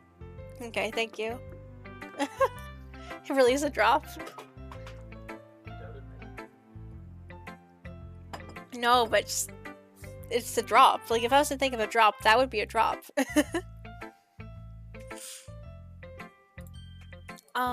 Are you still mad at me? Huh? For disrespecting Natsuki yesterday? Because reading this poem, now I know why you got mad at me. Because you prefer her writing over mine. That's not really true. Meaning when I disrespected her. I disrespected you too, didn't I? Oh no. So I asked Yuri, you might be reading into this a little too much. How could I be so stupid? I always let these things happen. Whenever I think before I speak, I just come off as awkward and unlikable. But if I speak without thinking, the things I want to keep inside come out and make people hate me. So please don't force yourself to be around me. I know that this is what Monica wants. It's not fair to you when you could be enjoying your time with Natsuki and Sayori. Yuri, please. It makes it easier for me if you don't express any concern. Besides, I have my books with me. That's all I need. Yuri smiles sadly and puts her head down on her desk. I'm frustrated. I don't hate her, but it's as if she's not capable of listening to me over her own thoughts. I sigh to myself. All I can do is accept that that's how she is. She wants to be left alone, that I have no choice but to abide to that request. She didn't even share with me her poem.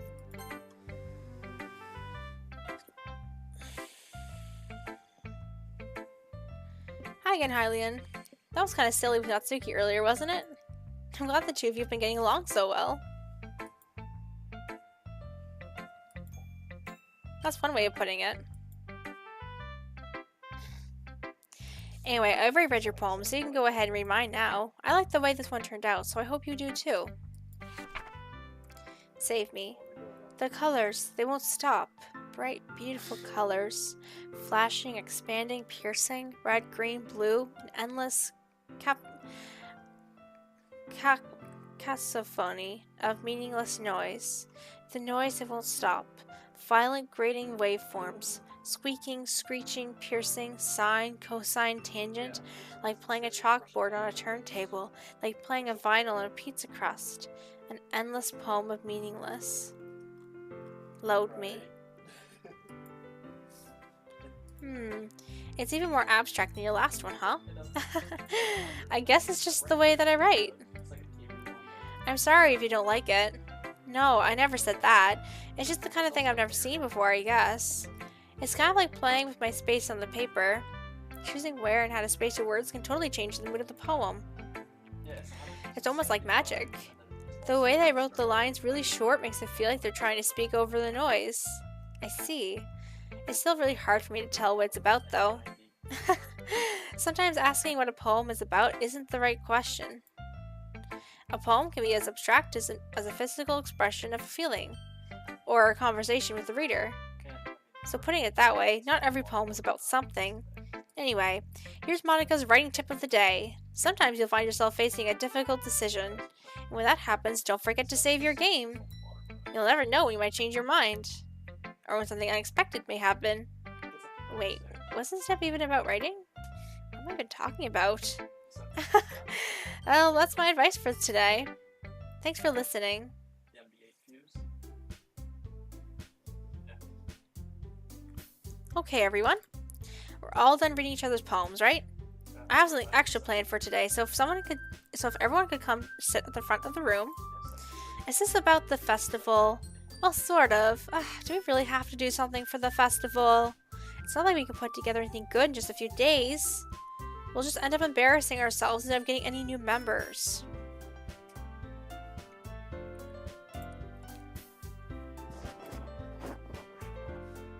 Just think if you want to do Alright, we'll see. Actually, legitimately, Shelbo.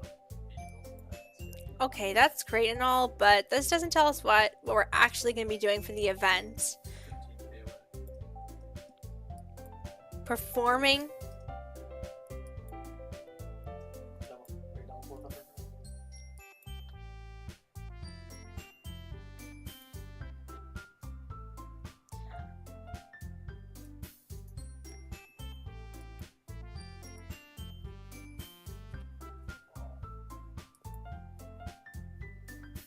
Are you kidding me, Monica? You didn't already start putting these posters up, did you? Oh, I mean, Well, no. It's not a bad idea. I just didn't sign up for this, you know? There's no way I'm going to be performing in front of a group of people like that. I don't know. Remember against the water battles like Red Dead 2?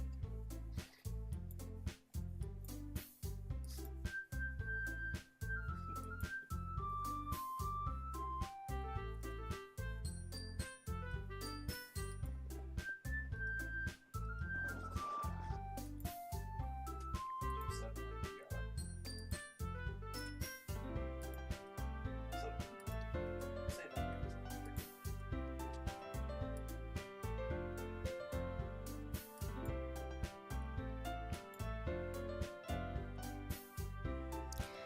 I think we'll take a break when we get to the next poem because I need to grab some more water and rest my voice for a little bit. I won't be gone for very long, but once we get to the next poem, we'll take a 5 or so minute break.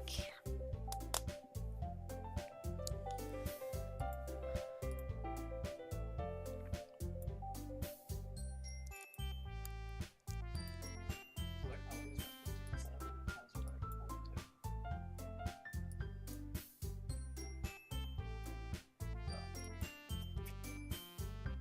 2.3.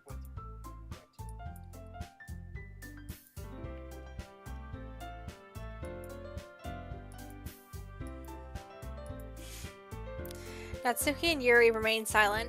Sayori looks worried. I guess it leaves me no choice. I agree. I don't think it'd be too much to ask. I think that Sayori and Monica have been trying really hard to get new members. The least we can do is help them out a little bit. They are going Well, maybe, but it looks like Natsuki doesn't have any arguments left. Oh, okay, fine. I guess I'll just have to get it over with. Alright! Phew. Thanks, Natsuki. What about you, Yuri? Yuri dejectedly glances around at everyone else's expectant faces. I guess I don't really have a choice. Aha, that's everyone. You're the best, Yuri.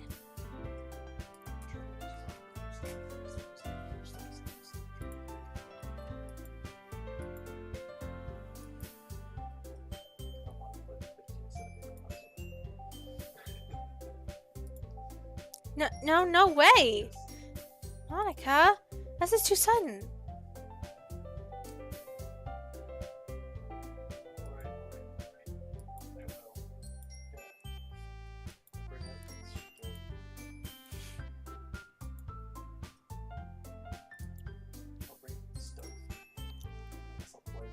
The title of this poem is The Way They Fly.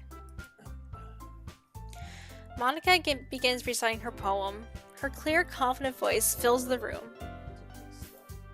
More than that, her inflection is pristine. She knows exactly how to apply the emotion behind each line as she recites, bringing the words to life. Is this something she's done before, or is she simply natural? I glance around me. Everyone has their eyes on Monica. Sayori looks amazed. Yuri has an intense expression on her face that I don't understand. Finally, Monica finishes the recitation. The four of us applaud. Monica takes a breath and smiles. That was so good, Monica! Thank you very much. I was just hoping to set a good example. Are you ready to go next, Sayori?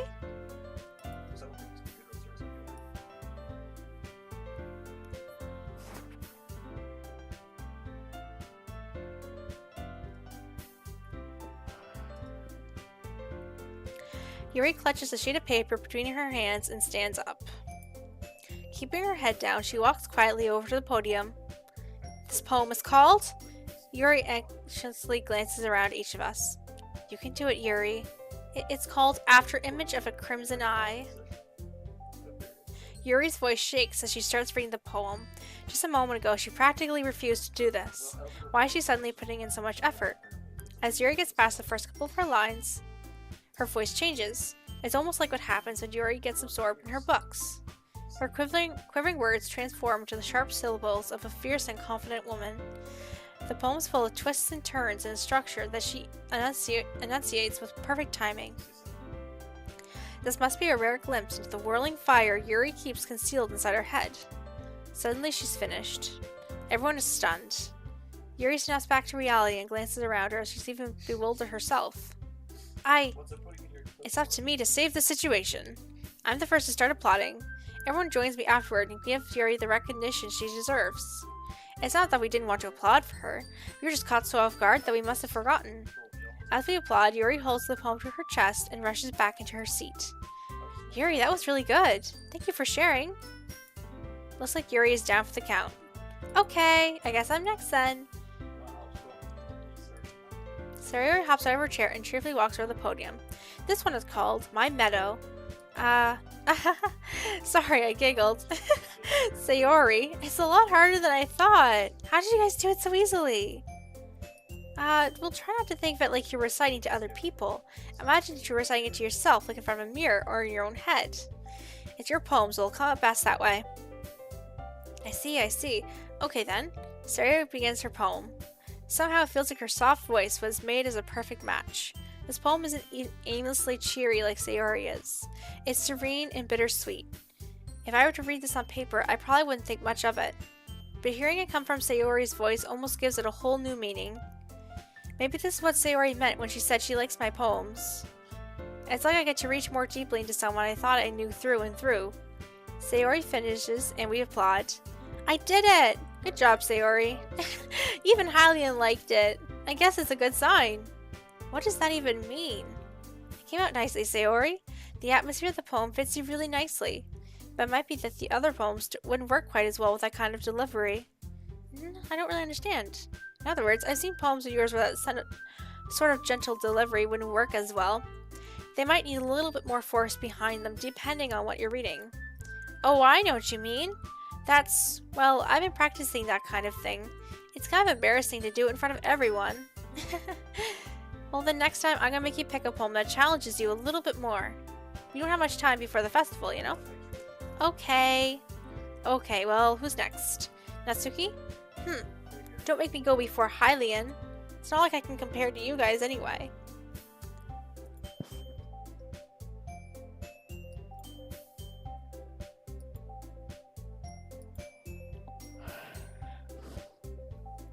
I might as well get it over with. But it's not like I have much of a selection of what to read. I just have to go with what I wrote for today. I stand up in front of the podium. Everyone has their eyes on me, making me feel terribly awkward. I recite my poem. Since I'm not exactly confident in my own writing, it's hard to put energy into it. Despite that, once I finish, I receive applause anyway. Sorry I'm not really as good as everyone else. Don't worry about it so much. I think it's less about your abilities and more about the lack of confidence in your writing. That's something that'll improve over time, though. Yeah, maybe. Alright then, that just leaves you, Natsuki. Yeah, I'm going. Natsuki begrudgingly gets out of her seat and makes her way to the podium. This poem is called... Well, why are you all looking at me? Because you're presenting? Anyway, this poem is called Jump. Natsuki takes a breath. Once she starts reciting the poem, her sour attitude disappears a little. While she's still a little enthused, her poem has a rhythm and rhyme to it. It's Natsuki's trademark style and works surprisingly well when spoken aloud. The words feel like they bounce up and down as if giving life to the poem. Natsuki finishes and everyone applauds. She huffs back to her seat. That wasn't so bad now, was it? Easy for you to say. You better not make me do that again. Oh well, do you at least feel prepared enough to recite a poem in front of the other people? I mean, doing it in front of the other people will be way easier. I can put on whatever face I want for other people. When it's just my friends, it's just embarrassing. Well, that's a surprise, Natsuki. I thought it'd be the other way around. I think it would be the other way around for me. Well, that's just how it is, so...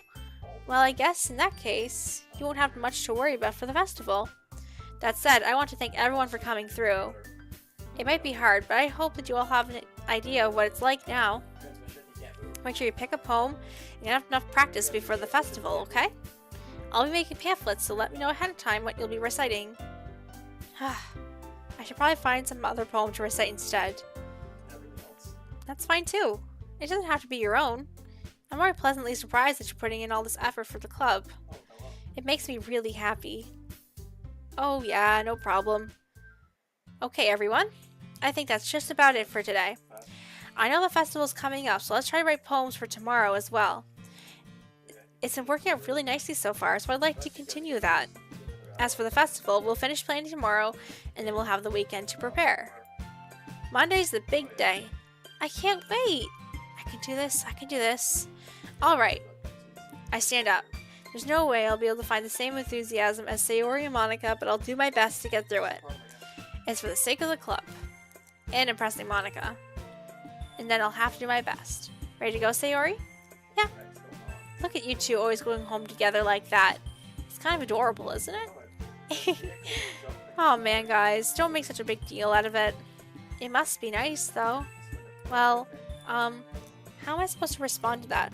It's okay, Hylian. You don't have to say it. Whatever. Let's just go already. I walk home with Sayori once more. Even though it's only been a few days, a lot of things have already changed. But today, Sayori is being a little quieter than usual on the way home. Hey, Sayori. Oh, sorry, I was spacing out. Ah, no wonder. I was thinking about something from earlier. It's like how... I like how we get to... I mean... Sayori fumbles with her words. So let's just say that one day, Natsuki asked to walk home with you. Huh? What would you do? What kind of question is that? You're kind of putting me on the spot here. Well, I would walk home with Natsuki, because this is our girl today. Walking home with Natsuki, huh? Why does the thought of that make my heart pound? I mean, I think I'd be afraid what she'd do to me if I turned her down. Isn't she so cute and fun to be around? That has nothing to do with what I just said. You admitted it. Oh man. There's not even point in speculating that's not something that there's not even any point in speculating something that's never going to happen. Well, maybe. But I'd just like to think about it. And it won't be long before you won't need me more, you know? Need you? Sayori, I can't figure out how you're seeing things in your head right now. Sorry. Everyone is different. Nobody in the club is a replacement for you. If you say so. The conversation trails off and I'm left feeling awkward. But it's kind of her fault for trapping me in such a weird question. I can't just lie to her. But if there's something that makes her happy, I would hate to take that away from her. So that's why I said there's no point in speculating. Then again, the festival's only a few days away. Who knows what will happen that time? Alright chat, so we're going to take a quick 5-minute break. I'm going to grab some water, stretch my legs for a bit, and then we'll be back with the second poem in the next couple of days. We'll be planning for the festival, so that'll be exciting. Alright, see you guys soon. What's the 5 minute call play? I think it's the American 5 minute.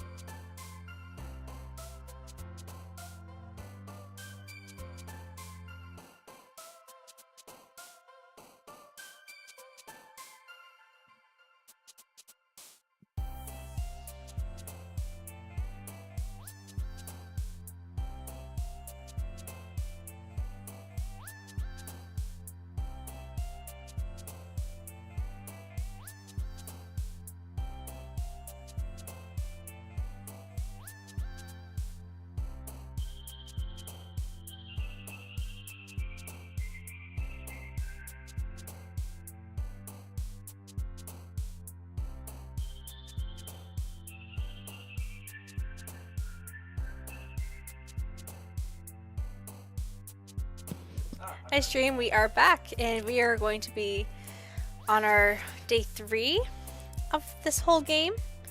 So we'll be writing a poem and then we'll be checking in with everyone's poems again.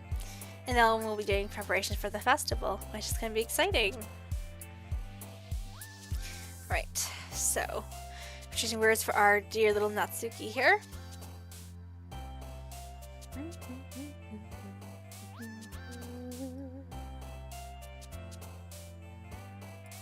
Hers is Papa. I thought so. I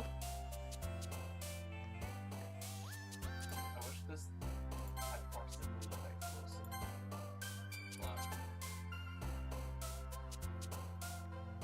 I mean, they're such small shells, they basically have to hit. We all know that color is Sayori's. We know that feather is Sayori's, so Fluffy must be hers. Like, Bubbles. you can quarter percent of your list with like this slow fire Mouse? cannon. Yeah, I thought that'd be her. Black.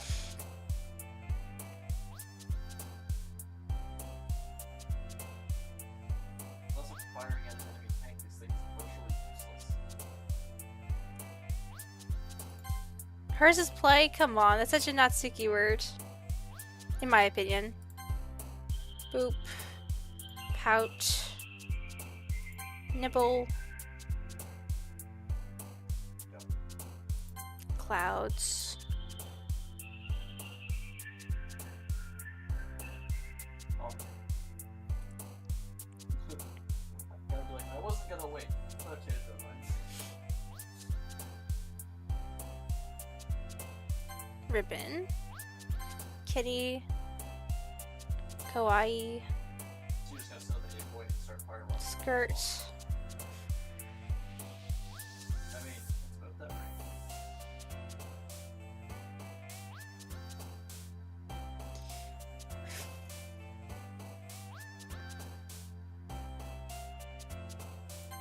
I should have figured that was hers.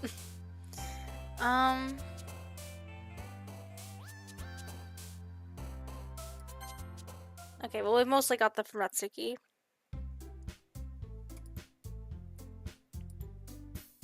Don't worry, I just walked in too.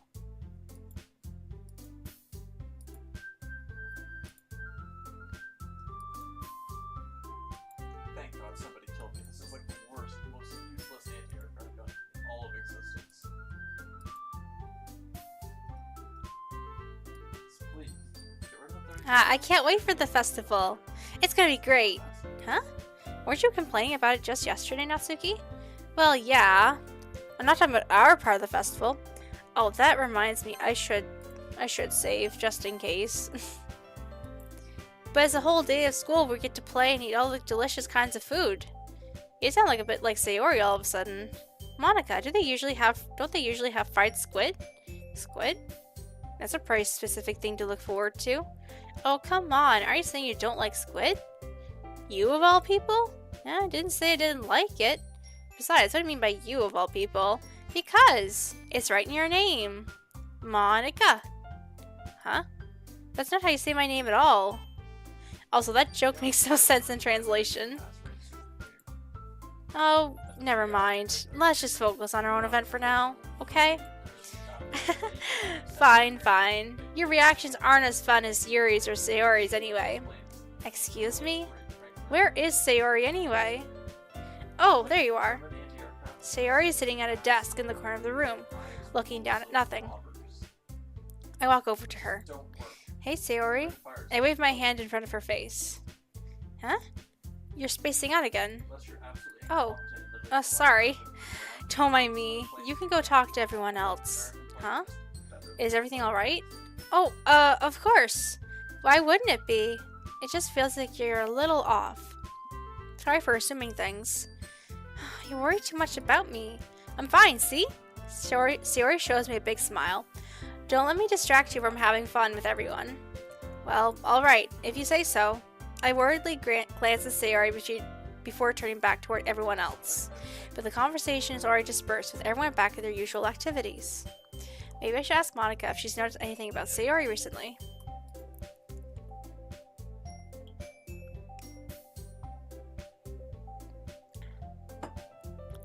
Since they even been preparing for the festival, they must be spending a lot of time together. I timidly approached Monica, who was shuffling through some papers at her desk. Hi, Leon, what's up? Hey, this might sound a little strange, but have you noticed anything up with Sayori recently? Anything up with her?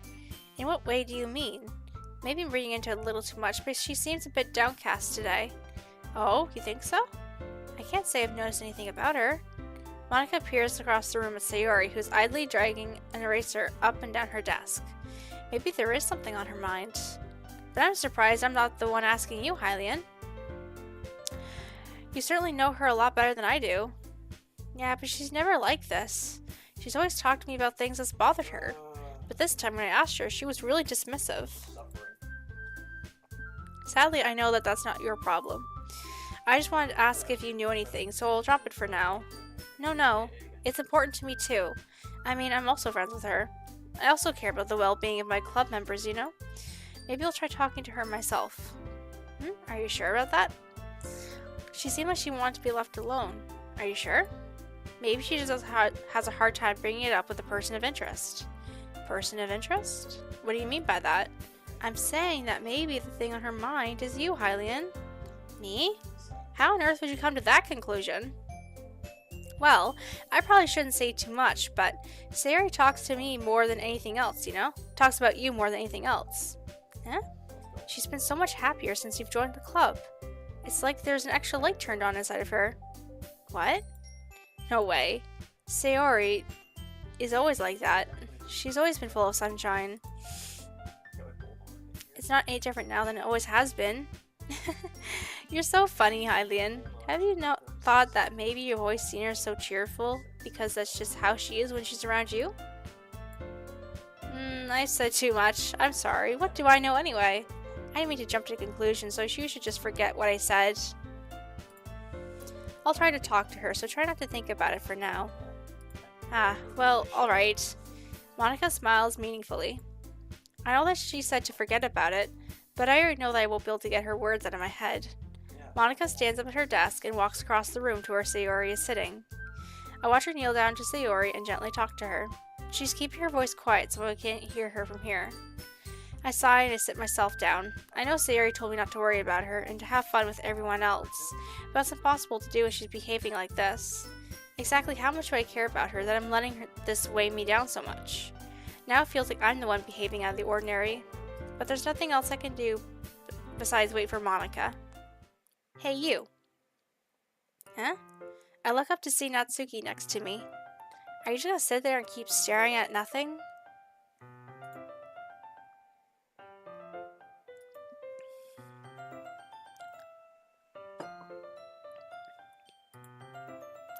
I didn't mean to make you worry or anything. It's not like I'm worried. I'm just... Natsuki glances down her side. She's holding a volume of manga in her hand. That's right. Something just came up for a minute, but we can get started now. I won't make you wait any longer. Now you make me feel like a jerk. If something's bothering you, then you can just tell me to leave you alone and I will. I mean, assuming you didn't feel like talking about it or anything. She practically mumbles that last part.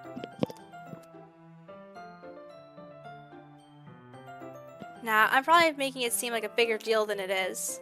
I've just been thinking about Sayori, that's all. Sayori? Thinking about her? Yeah, she seems pretty down today, but she didn't want to admit it to me. I can't help but wonder if something's happened to her. Oh. Natsuki exhales. Well, first of all, you should really work on your phrasing. But anyway, you're her best friend, right? Yeah, I guess so. Yeah. Well, in that case, I think you should trust her a little more. If she needed you, then you'd be the first person she'd go to, right? Well, I guess it's true. I mean, some people just have those days. You can't always avoid it. If anything, she probably doesn't want you to worry about her because it's not important. Yeah, well, that's kind of what she said to me. Maybe it's not right for me to go against her wishes. Exactly. If she needs you to worry about her, then it'll be a lot more obvious. Yeah, I should have thought of it that way from the start. Natsuki fiddles with the book she's holding within her hands. She really means a lot to you, doesn't she? Don't get the wrong idea or anything. We've just been friends for a long time. It's normal to be worried about your friends. I mean, you were worried about me, so... I was not. If you're fine, then let's just hurry up and get started already. Yeah. Okay, everyone. After some time passes, Monica calls out to the club room. Why don't we share our poems now? Before I know it, everything is back to normal. Everyone goes to retrieve their poems, and I do the same. I make eye contact with Monica, and she smiles at me. I wonder what she was talking about with Sayori. I don't like about this particular VR. It sounds like all of them. It's nice, I guess. Come on, I can already tell you that you don't like it. Well, you don't need to worry about what I think. After all, you wrote this for someone else, didn't you? Probably Natsuki. Huh? I didn't write this for anyone specifically. Maybe that's not what I really meant, though. But it's okay. You're making new friends, just like I was hoping. That makes me really happy. And you're happy too, right? In this club? Well, of course I am. Good. That's all that matters to me. Thank you, Hylian. Sayori, is there something wrong? Huh? No, nothing. I'm just a little tired today. Alright. Just tell me if you need anything. I will. Don't worry about me, okay? You can go play with everyone else now. If you insist. Yay! I'm going to go home a little bit early today. Sayori? Tell Monica I wasn't feeling well, okay? I'll see you tomorrow. Before I can say anything else, Sayori cheerfully walks out of the classroom humming to herself. Let's see. You're certainly enthusiastic today. Of course. You know I like your writing. I'm just surprised. It seemed like you had a lot of trouble admitting that before. Well, of course. I just had to put you in your place a little bit. It's not like I was shy or anything stupid like that. Or jealous. I really wasn't jealous. Just because you happen to be a good writer? That's such a dumb thing to get jealous about. Natsuki, what? You're not very confident in your writing, are you?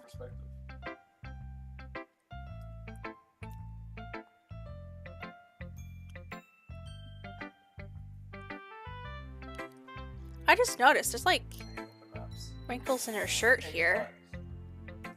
Her buttons are kind of misplaced here too. It's just something I noticed. Maybe it's like that with everyone. What are you talking about? My writing is obviously the best, right? It took me a while to figure out, but I think I finally did. Maybe Natsuki acts so arrogant because she's trying to make up for her own insecurities. If she acts like she's the best, then other people might think that way too. Right? Hylian? Please just tell me that you like my poems. I don't care if you hate them. Just please tell me I'm the best. I just really need to hear that from someone. I know I sound stupid, but there's a reason I never shared my poems before this. Natsuki? Because no one ever takes me seriously. What's the point in sharing my poems if people just laugh and say, "That's so cute, just like you, Natsuki"? Sometimes I don't even want to be cute. But nobody understands that. I try really hard when I write. The style doesn't matter. The emotions are there. Why can't everyone see that? I just want... Natsuki trails off. Maybe it's because her lips start to quiver. I look down. Her fists are clenched really tightly. I guess they are. Hey Natsuki, if you're not careful, you'll rip your own poem. I gently grab the poem with my own hand until she relaxed her grip on it. I place it flat on the desk and smooth out the wrinkles that she put out into it. Don't read it! Before I pick it back up, Natsuki snatches the poem up from the desk. It's not any good. And I know you hate my poems, so you don't have to read this one, okay? But I want to read it. Why? Because I like your poems. I really do. Why would I judge you for your style? It's not like my own style is anything crazy. It's true that the first time I read your poems, I didn't look much into it. But I know you better now. And it's wrong for Yuri to think that your style is more amateur than hers. And Sayori, she always means well. But sometimes she's so focused on simple happiness that she doesn't understand what people really want. Yeah, I guess I never really thought about how hard it is for you. And I'm sorry that I was part of the problem.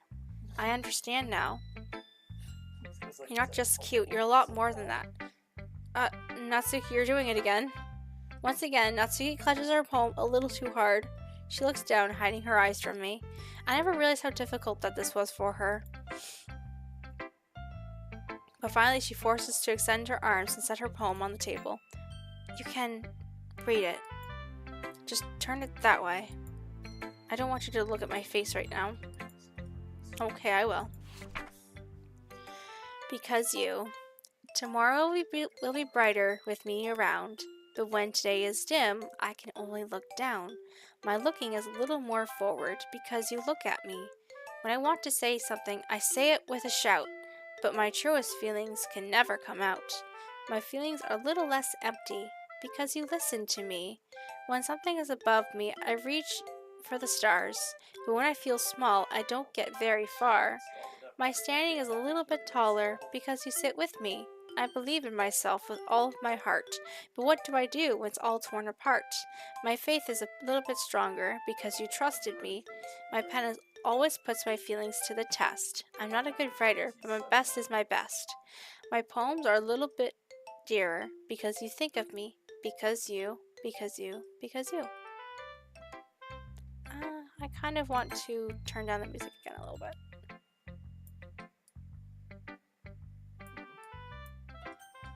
There you go.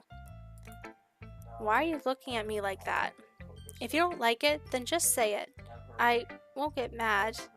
No, it's not that I don't like it. It just was a little surprising to read. Or I guess I'm not used to hearing such nice things coming from you. Don't say that, dummy. What do you think the point of writing is? Expressing things that you just can't say? Yeah, I understand. I'm sorry for missing the point sometimes.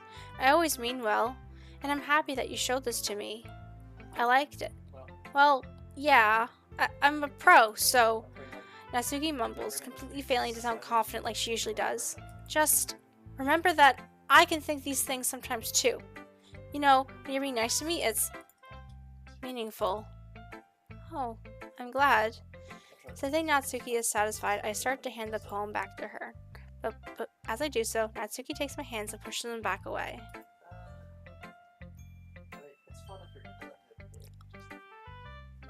Her small, soft hands surprise me with her assertion. I don't want it. Huh? Why not? I just don't. I realize what Natsuki is doing. Unable to be honest, she's trying to give me the poem in a roundabout way. Well, in that case, I'm going to keep it. Instead of teasing her, I choose to go along with it. Good. If you didn't, I would... Never mind. Just, I'm glad that you want it. Natsuki backpedals on her words and leaves it at that. Despite her best efforts to hide her expression, I can see her faintly smiling to herself. That's all for now, so go put it away before someone sees it, okay? Yeah, I'll go do that. With that, I return to my seat so I can put away Natsuki's poem.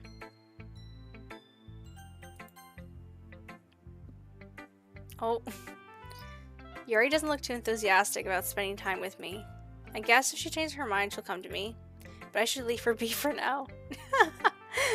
She did not want to spend any time with me. Hi, Hylian. Have you thought about what you want to submit to perform at the festival? Well, being in this club is one thing, but performing in front of a bunch of people, I'll have to give it some more thought. Okay, no pressure. But whatever you do, I'm sure it'll turn out great. It'd also make me happy to see. Anyway, let's take a look at today's poem. Sure. I let Monika take the poem holding my hands. Sticking with the Natsuki style once more, I see. You really like Natsuki, don't you? Huh? Well, that's... Oh, come on, Hylian. It's awfully suspicious, you know? Spending time with her in the club room every day? Pretending to like the manga that she's into? You know how Natsuki is. If I don't indulge her, she'll end up hating me. Well, no, I think you're misunderstanding, Hylian. It's not that Natsuki just hates everyone that won't give her what she wants. Yeah, she's assertive, but she's not that selfish. In fact, I think you're the only one who's indulged her as much as you have. Is that so? I kind of knew that, but I didn't want to admit it. So I just need to ask one thing of you. Be careful, please? Natsuki's kind of unpredictable. A lot of times she doesn't even know what she wants. After all, she's the youngest one here. She might not know how to handle her own feelings properly. Flipped over, pardon. What I'm saying is, if something bad happens, it could end up damaging the club. And you wouldn't do that to me, right? I'm not sure how to respond to Monica. While I care about her in this club, it's kind of unfair to bring that up. Well, you're smart. I'm sure you'll do the right thing. Monica smiles sweetly. Anyway, I'll share my poem with you now, alright? Alright.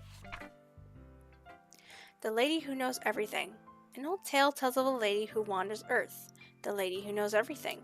A beautiful lady who's found every answer. All meaning, all purpose, and all that was ever sought.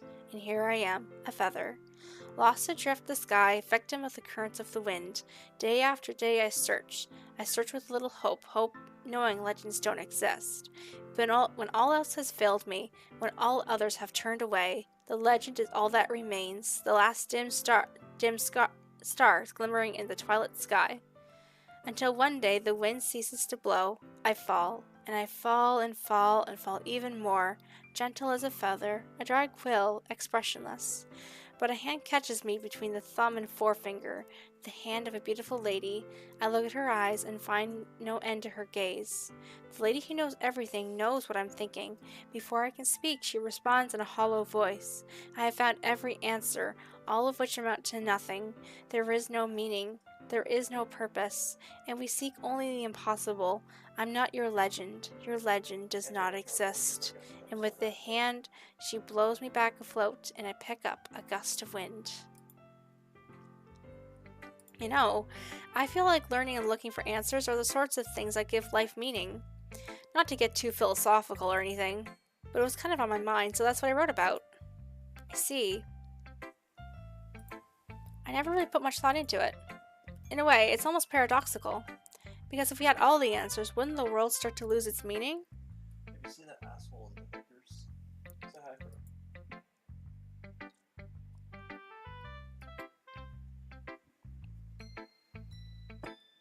for her. Are you surprised? I mean, if everything was okay, we wouldn't really have anything to write about now, would we? Nothing. Humans aren't two-dimensional creatures. I think you'd know that better than anyone. 14 times. You mean one-dimensional. Oh, yeah, that. Anyway, here's Monica's writing tip of the day. If you ever too shy to share your writing because you're afraid if it's not that good, it can be really disheartening to let a lukewarm response to something you put so much into. But if you find other people who enjoy writing, then sharing becomes a lot easier. Because instead of just telling you that your writing is good or okay or bad, they'll want to focus more on everything that went into it and the things you can work on. It's much more encouraging that way, and it'll make you want to continue improving. It's almost like having your own little literature club, don't you think? That's my advice for today. Thanks for listening. Okay, you three. We're almost done sharing poems, right? Now we start figuring out... Hold on a second. Is it just me, or did you say something strange just now? Something did sound a bit unusual. That's right. You deviated from your usual catchphrase when addressing the club. Catchphrase? I don't have a catchphrase. Why is the mood so weird today? Look, even Yuri isn't immune to it. Stagnating air is common foreshadowing that something terrible is about to happen. In your books, maybe. Look, the only thing different is that Sayori isn't here. Oh, it seems that you're right. Sayori always helps lighten the mood a little bit, doesn't she? It's almost like everyone's balance is thrown off a little when she's not around. Where the heck did she run off to anyway? I thought she just went to pee. Oh, come on.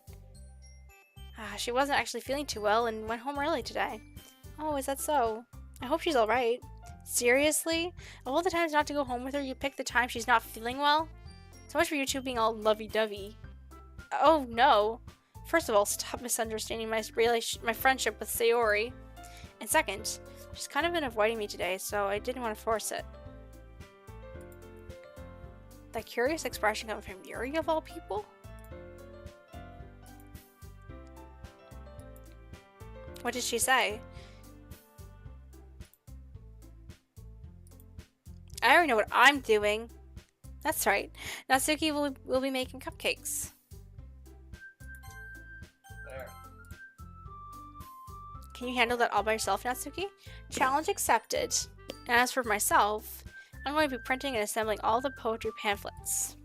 Sayori will be helping me design them.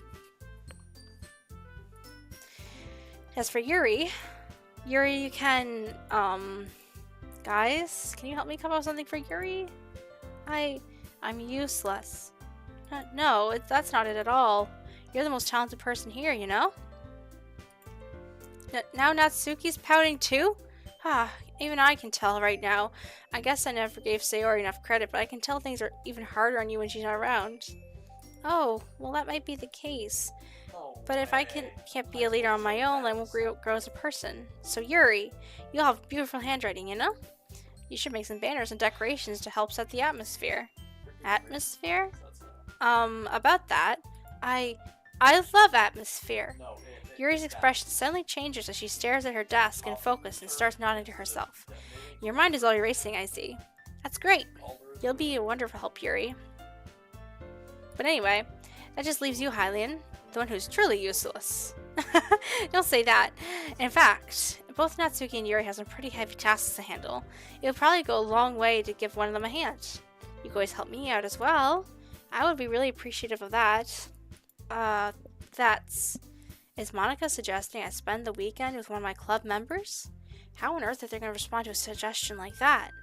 I suppose I wouldn't mind a bit of help. Well, even if you don't know how to bake, there's always some dirty work I could give you. It's not like Monica's going to give me a choice, so you shouldn't be sitting on your butt anyway. Natsuki tries to mumble a bunch of excuses like that. If I recall, Natsuki, you mentioned that you would like to handle the baking on your own. Hylian might not like to be around if you only make him out to be a nuisance. So therefore, he may be more suited to assisting with the decorations. I thought that Yuri hated me, though.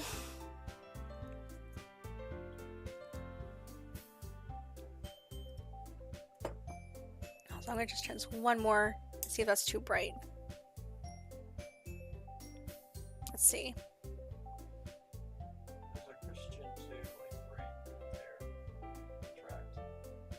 Does that look okay? I think that looks okay. He may be more suited to assisting with the decorations. Hold on, I never said that. How hard could it be to make a few decorations anyway? Sounds more like you're just making excuses for Hylian to. But what are you saying? It'll be extremely meticulous work. And baking isn't? Just what do you think? Guys, let's settle down for a moment. In the end, I think it's up to Hylian to decide how he'd like to contribute. Besides, he hasn't really gotten the chance to spend any time with me yet, you know? I'm sure he's interested in. You literally just said, I'm surprised as well. Sorry, I was just saying though. Can we just settle this already? Yeah, Hylian, you're okay with this, right? In the end, it's up to you. Of course. Very well. In that case, everyone look straight at me. Well, Natsuki. Well, baking sounds like it could be fun. And you guys made it sound like a lot of work, so it could probably use 2 people. Don't worry, baking is a ton of fun. You'll definitely agree. Just a minute ago, you're saying that...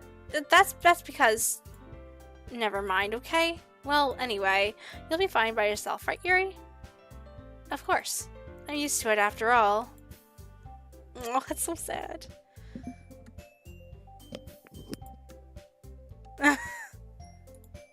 That's good. Even though Yuri is being melodramatic, it's a little hard not to feel bad. So that's everything, right? Everything we need to talk about? No, I think that's it. Are you guys excited? Yes! Everything except for the performance is gonna be awesome! I don't think that really counts. What about you, Hylian? Me? Oh, I guess you could say I'm interested to see how it will turn out. Well, that's good enough for me. What about you, Yuri? Yuri? She's still sulking. Natsuki starts pouting too. It's not that big of a deal or anything. Well, it might not be just that. I think that Yuri might be feeling a little underappreciated in general. Having to come up with something for her to do and then nobody offering to help. That doesn't mean... Natsuki glances back and forth between everyone with a worried expression. Look. Natsuki goes over and puts her hands down Yuri's shoulders. Yuri, you really are the most talented one here. And and you're going to help make the event a lot more fun and welcoming. I mean, the cupcakes will probably help a lot too, but you're going to make the atmosphere special. That'll be really important for the way that people feel during the performances, so you need to stop being dumb and give yourself a little bit more credit. Natsuki releases her hands and turns around to face the other direction. You didn't really mean that, did you? No, not really, but Yuri isn't the only one surprised. Monica are also taken aback by Natsuki's words.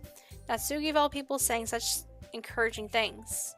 But I begin to understand. Natsuki was trying to sound like Sayori. Even if it didn't work out perfectly, I can tell that she tried to say something that Sayori would say at a time like this. Because Sayori always helps everyone smile and feel good about themselves. I'm sorry for being dumb. I'm going to do my best, and all of us are going to make it a really great event. Yeah, I really hope to see everyone do their best. But with that, there's nothing more for today, so I guess it's time for us to head out.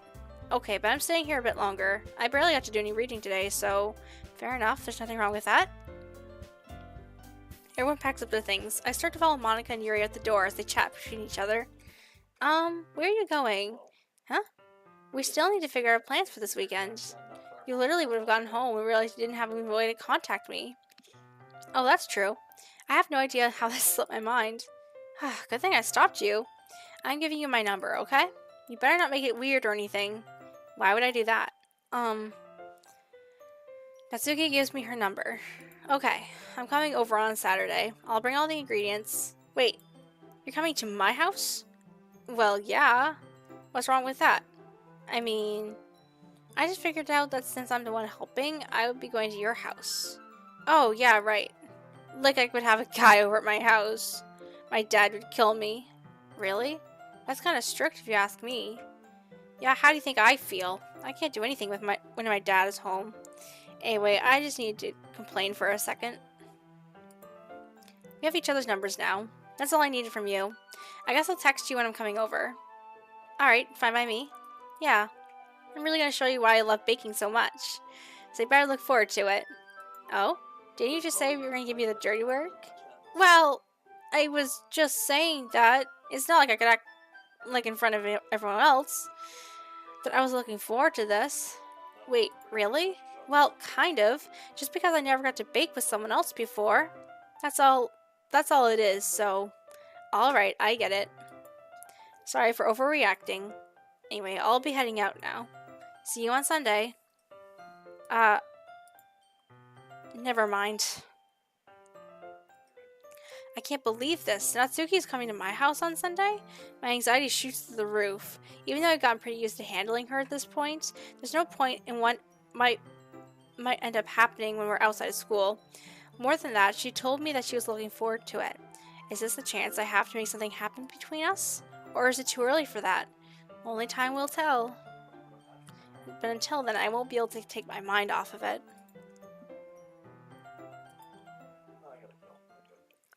I feel better. It's already Sunday, and I've been getting increasingly anxious about Natsuki's upcoming visit. I keep telling myself that there's no reason to be nervous, but it doesn't help much. I wonder if she'll be able to act different when it's just the two of us. Meanwhile, she's been texting me a lot. We sent each other one after exchanging numbers to double check, but it turned into a conversation.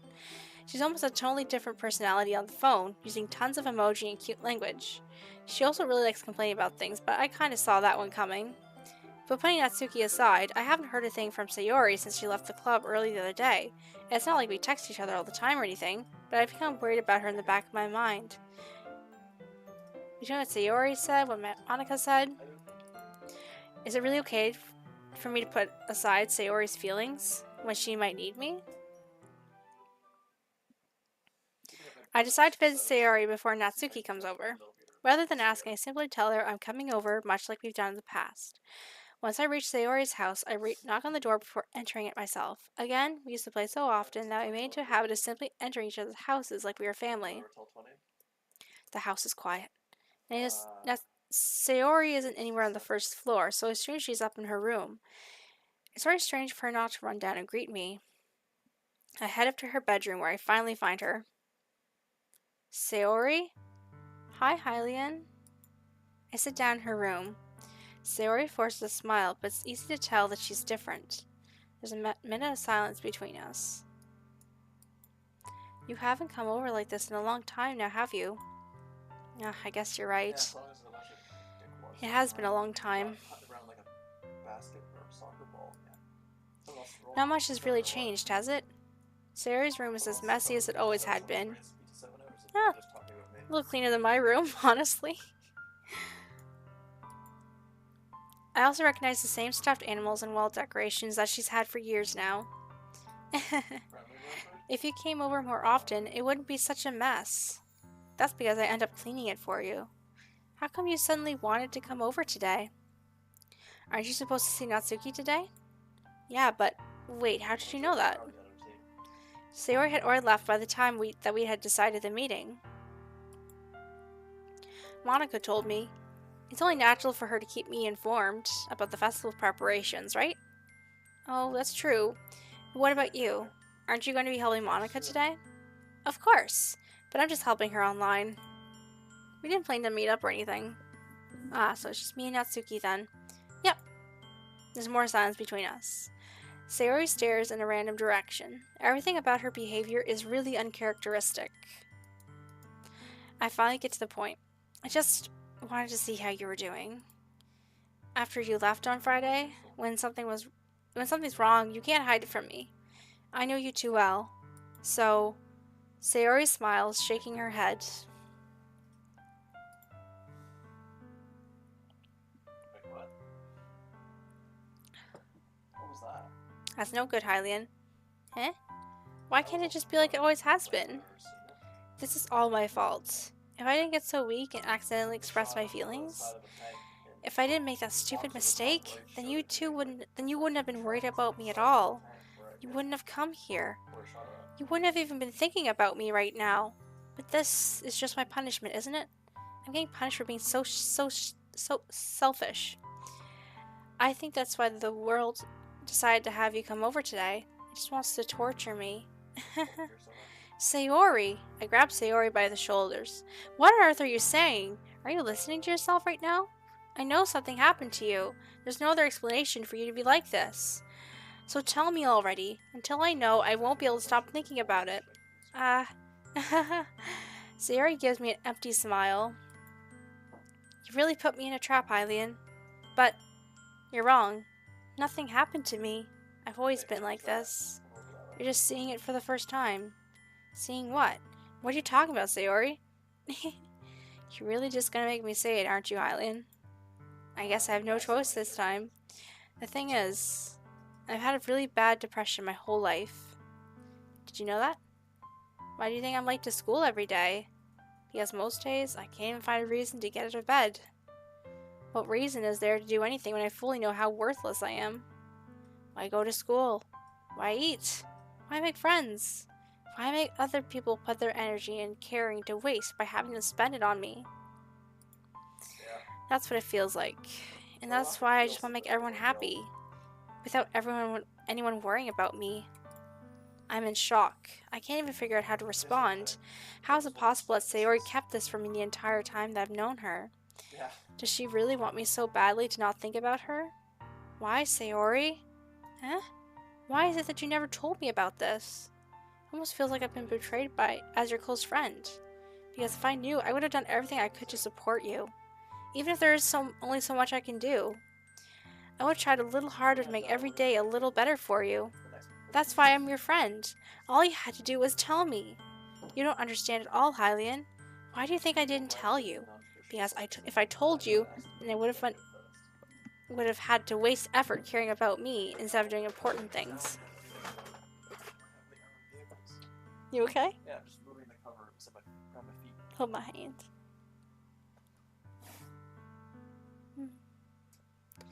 Food? I don't know.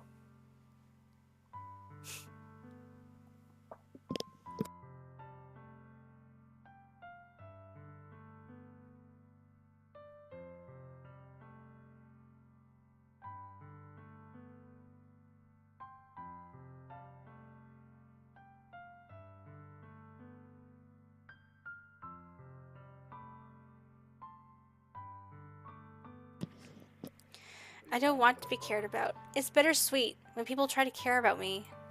It feels nice sometimes, but it also feels like a bat being swung against my head. That's why I want so badly to make you for you to make friends with everyone else. Helping everyone be happy together is the best thing for me. But then I discovered something else too. Seeing you make friends and get closer with everyone in the club, it feels like a spear going through my heart. So that's why. That's why I decided the world just wants to torture me. Every path leads to nothing but hurt. You're right that I don't understand. I don't understand your feelings at all, Sayori. But I don't need to understand. Whatever it takes for me to help you stop hurting, that's what I'll do. No, Hylian, there's nothing. There's nothing at all. There's nothing that could have helped if everything was just like the way it was. I was selfish. I finally showed you what a horrible person I am. Tears streaked down Sayori's face. I made you join the literature club because I was selfish. I was punished by my heart hurting in a way that I couldn't understand. And now you came here and I made you hurt too. I was just weak and selfish. That's all I am. And that's why I'm going to accept these punishments.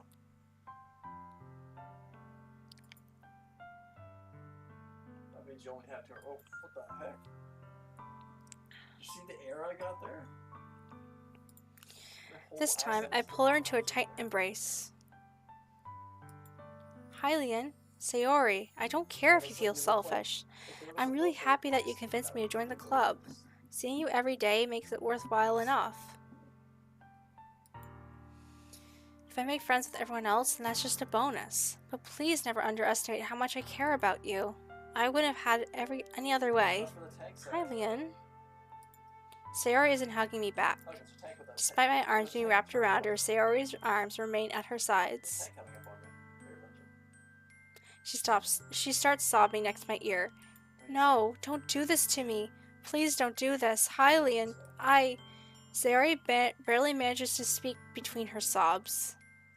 I don't know if I'm doing the right thing. But all I want is for her to know that I care. If you have to call yourself selfish, then you have to let me be selfish too. No matter what it takes, I'll figure out what needs to change. I'll make these feelings go away. And if there's anything you need me to do, then you better tell me. I'll get mad if you don't. I don't know. I don't know. Gently, Sayori puts her arms around me in return. I don't know anything. It's all really scary. I don't understand any of my feelings, Hylian. The only time I'm not feeling nothing is when I'm feeling pain. But your hugs are so warm, and that's really scary too. Sayori lets me go. As she does so, I let her go as well. The festival is tomorrow. Yeah. It's going to be fun, right? Yeah. How would you like me to spend it all with you?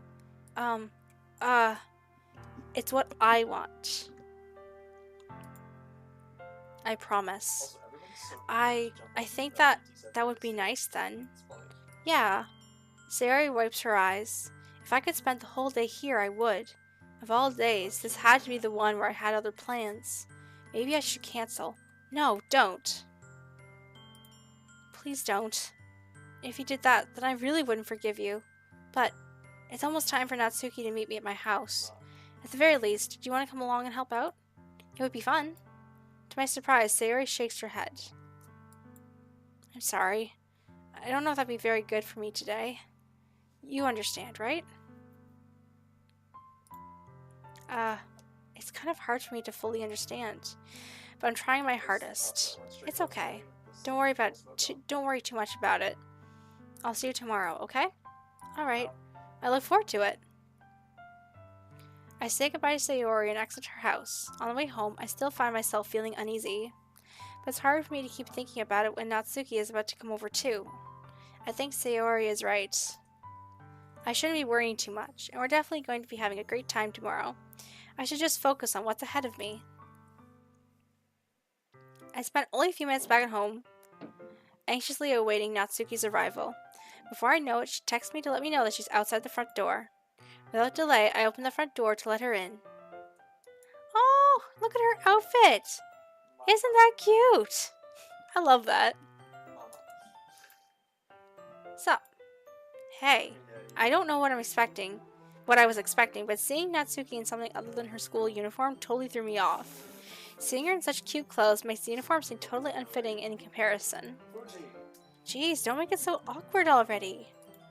It's going to be a long afternoon, so don't be weird just because you're not used to seeing me outside of school. Anyway, I'm coming in. I have a really nice kitchen. I see you brought a lot of stuff. Natsuki's carrying a large bag that's probably full of baking supplies. Well, I didn't want to come all this way to find out that your kitchen isn't equipped for the job. You brought everything I asked you to, right? Yeah, I did. Yesterday, Natsuki asked me to buy a bunch of ingredients if I didn't have them already at home. Good. Glad I could count on you to do your part. Well, of course. I'm surprised to hear Natsuki suddenly say that, rather than something snarky like she usually does. Could it be that she's just different outside of school after all? Anyway, let's go to the kitchen. What, you're not even going to offer to take this heavy bag from me? Where's your hospitality, Hylian? Come on. Since when did I need to be a gentleman? I grab the bag Natsuki holds out to me. Gah, this is ridiculously heavy. I carried that all the way here. Are you impressed? I see now. Yeah, I am impressed, Natsuki. It seems like I always underestimate you. It's because I'm so small, isn't it? You jerk. Natsuki hits a fist into my chest. Hey, your size has nothing to do with it. Do you really hate being that small that much? Huh? I feel a bit targeted. It's not like I hate it. I mean, sometimes I like proving people wrong when they only think I'm worth my size. It's fun when I get to be small and also be better than other people. But, geez, never mind. What are you making me say? Don't think you can make me talk about weird things because we're not at school. Are we getting started or what? There's a lot of stuff I gotta teach you. No, but... No. What? That's a little bit more like you. You're more fun when you just speak your mind like that. Hey, now you are treating me like a kid. I was just trying to be a little nicer to you, you know? And just because I don't have a mature and sexy figure like Yuri doesn't mean you should treat me like... Natsuki catches her words, and her face turns red. Natsuki, forget it. I didn't say anything. I should apologize. Huh? I appreciate that you're trying to be nicer. I should have been a little more considerate too. But also, if that's what you were thinking, then you should know that there are tons of guys who are into body types like yours. How would you know that anyway? Just trust me on this one.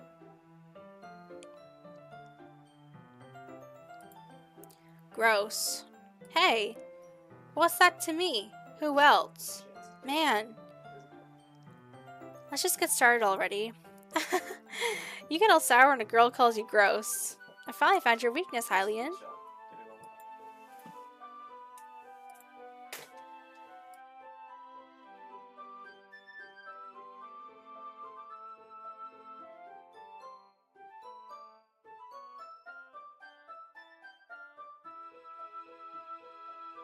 Sorry about that, chat. Well, if Natsuki decides to dish out more insults like that, there's no way I'm not fighting back. But she's she's satisfied enough for now. Finally starting to pull things out of her bag so we can get started.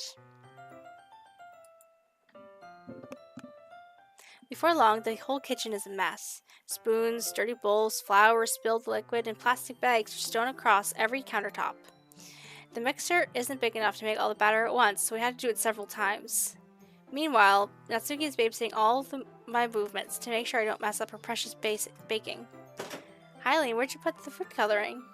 The batter's going in the oven soon. I need to fill the trays. I think it's still in the bag next to the table. What are you using it for? To color the batter, of course. I'm making each tray a different color. That way, even if the flavors aren't different, everyone can still pick their favorite. Oh, that's a cute idea. Are we doing anything like that with the icing? Do you want to? You're asking me? I don't really have a preference, so... Come on. You're not putting any heart into this at all. Can you at least try to have some fun?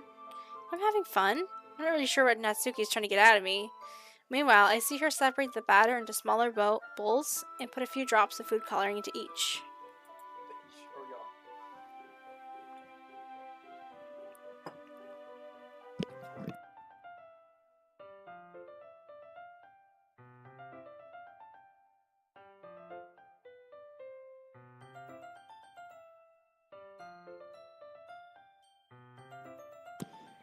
Ah, that does look pretty cool.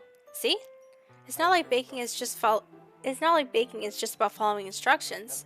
The presentations where you get to be creative and have the most fun. It's a million times more worth in the end if just looking at it makes everyone's eyes lighten up. Like the ones you made on the first day, huh? My first day. I recall Natsuki proudly presenting her cat-shaped cupcakes, and Sayori and Monika's delighted expressions. I wonder if I can make Natsuki proud like that too. Yeah, perhaps I will use the food coloring then. Sounds like you're starting to understand. Just make sure you completely finish mixing the icing before you mess with the food coloring. Yeah, it's getting there. We were using the electric mixer for the batter, so I got stuck with a whisk and a huge bowl for the icing. Huh? The icing's still all lumpy. Are you even trying? Well, yeah. It'll just take a little longer. Jeez, I'll be here all night if you do it like that.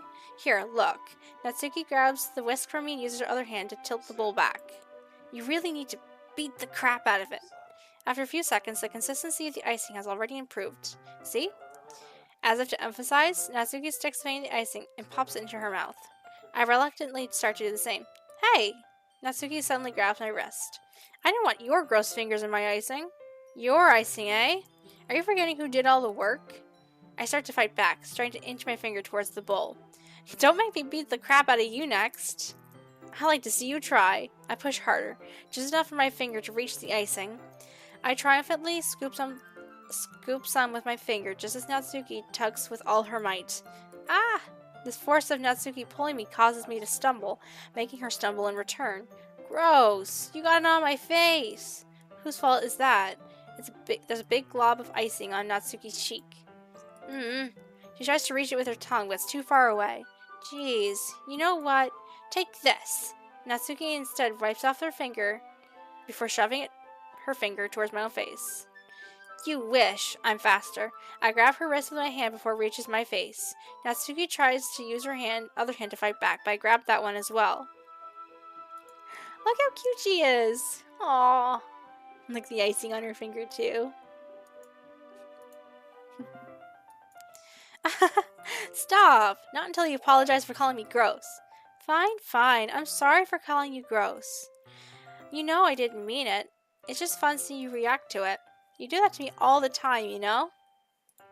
Saying dumb things like that just to get a reaction out of me? You really shouldn't tease girls like that. Is that so? Then in that case, I probably shouldn't do this either. I take Natsuki's finger and put it in my mouth, licking off the icing. What? Did you seriously just... Natsuki is so surprised that she can't even figure out how to get mad at me. Her face is entirely red. Hi, Leon. You really shouldn't do that kind of thing to girls unless you really like them. Oh, look at her little face. She's so cute.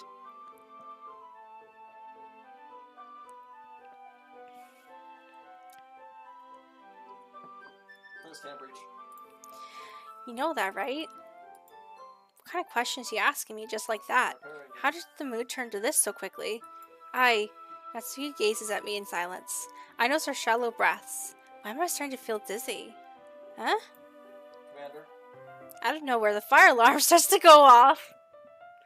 Oh no. Natsuki rushes over to the oven. Is something burning? I thought you didn't put the cupcakes in yet. No wonder. You left a dirty tray in here, dummy. How could you make a mistake like that? You should have checked before turning the oven on. Don't blame me for your mistakes. Jeez. Natsuki uses an oven mitt to grab the blackened tray out of the oven. She sets it on top of the stove. In another moment, the fire alarm stops. Anyway, I'm putting them in the oven now. Yeah. The tension from the moment before still lingers over our heads, but the moment has already been lost. I watch as Natsuki slides the cupcake trays into the oven. Then I reluctantly pick up the whisk and continue with the icing like nothing ever happened. Oh, that smells so good! The cupcakes are all ready to be pulled out of the oven. As soon as Natsuki opens the oven door, a blast of sweet-smelling warm air fills the room. Look how cute they all look! She proudly shows off the different colored cupcakes in each of the trays. They'll look even better once we add the icing. Not like you need to tell me that. I brought decorating stuff, so I hope you can get creative. Here, scoop the icing into these bags. Natsuki hands me some plastic bags. That's I crazy. have these nozzles that make it look all nice and fluffy. This one can even make flowers. We probably won't be using it this time, though. One can skip us.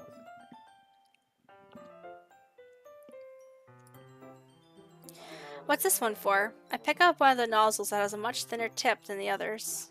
That one's really thin, so you can use it to make stripes or other patterns. But you also use it to write stuff on a cake, like "Happy Birthday" or whatever. Ah, I see. This gives me an idea, actually. Well, it's a literature event, right? We could make it more literature themed by adding a different word on each of the cupcakes. It would be more fun to see people choose their cupcakes based on a word they like. I was kind of expecting you to say something really stupid. That's actually a really cute idea, so maybe I'm getting it from you. Well, what's that supposed to mean? I'm not cute. Come on, we're not at school. Nobody's judging. You can't dress and act like this and not expect me to think that you're cute.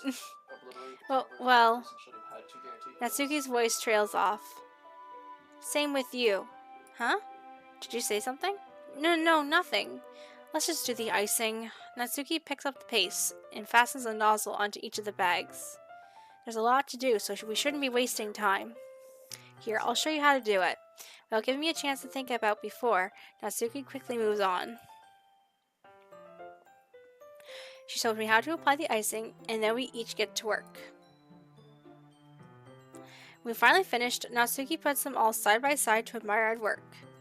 Look how pretty they all are together. Yeah, they all are, aren't they? I wish I could have one right now. Well, there's no reason why you can't, right?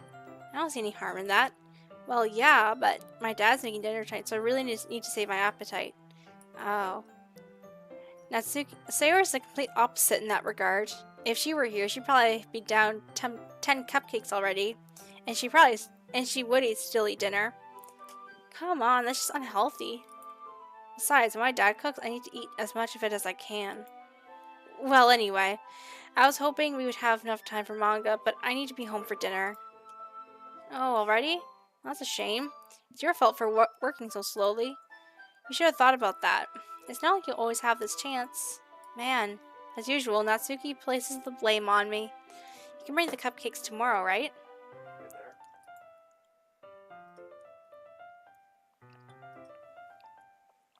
If you and Sayori each carry some, they can probably do it in one trip.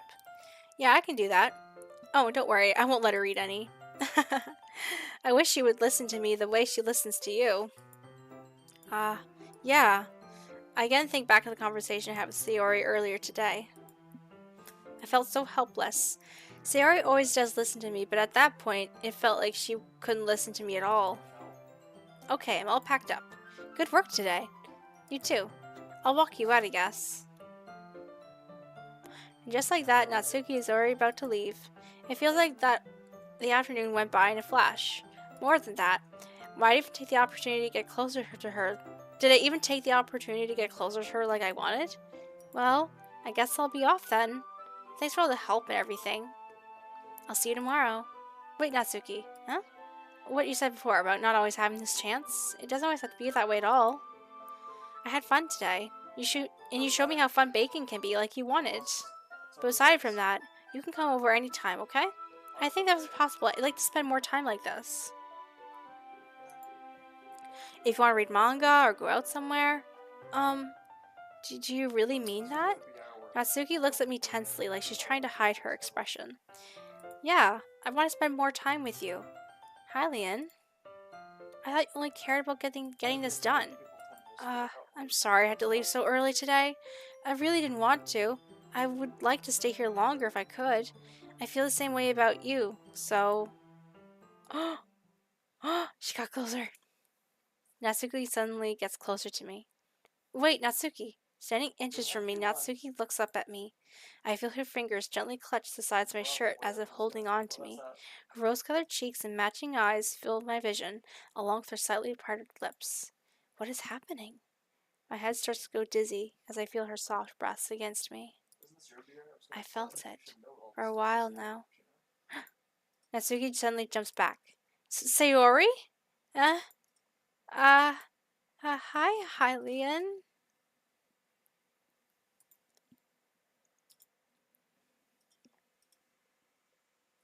Just now we weren't.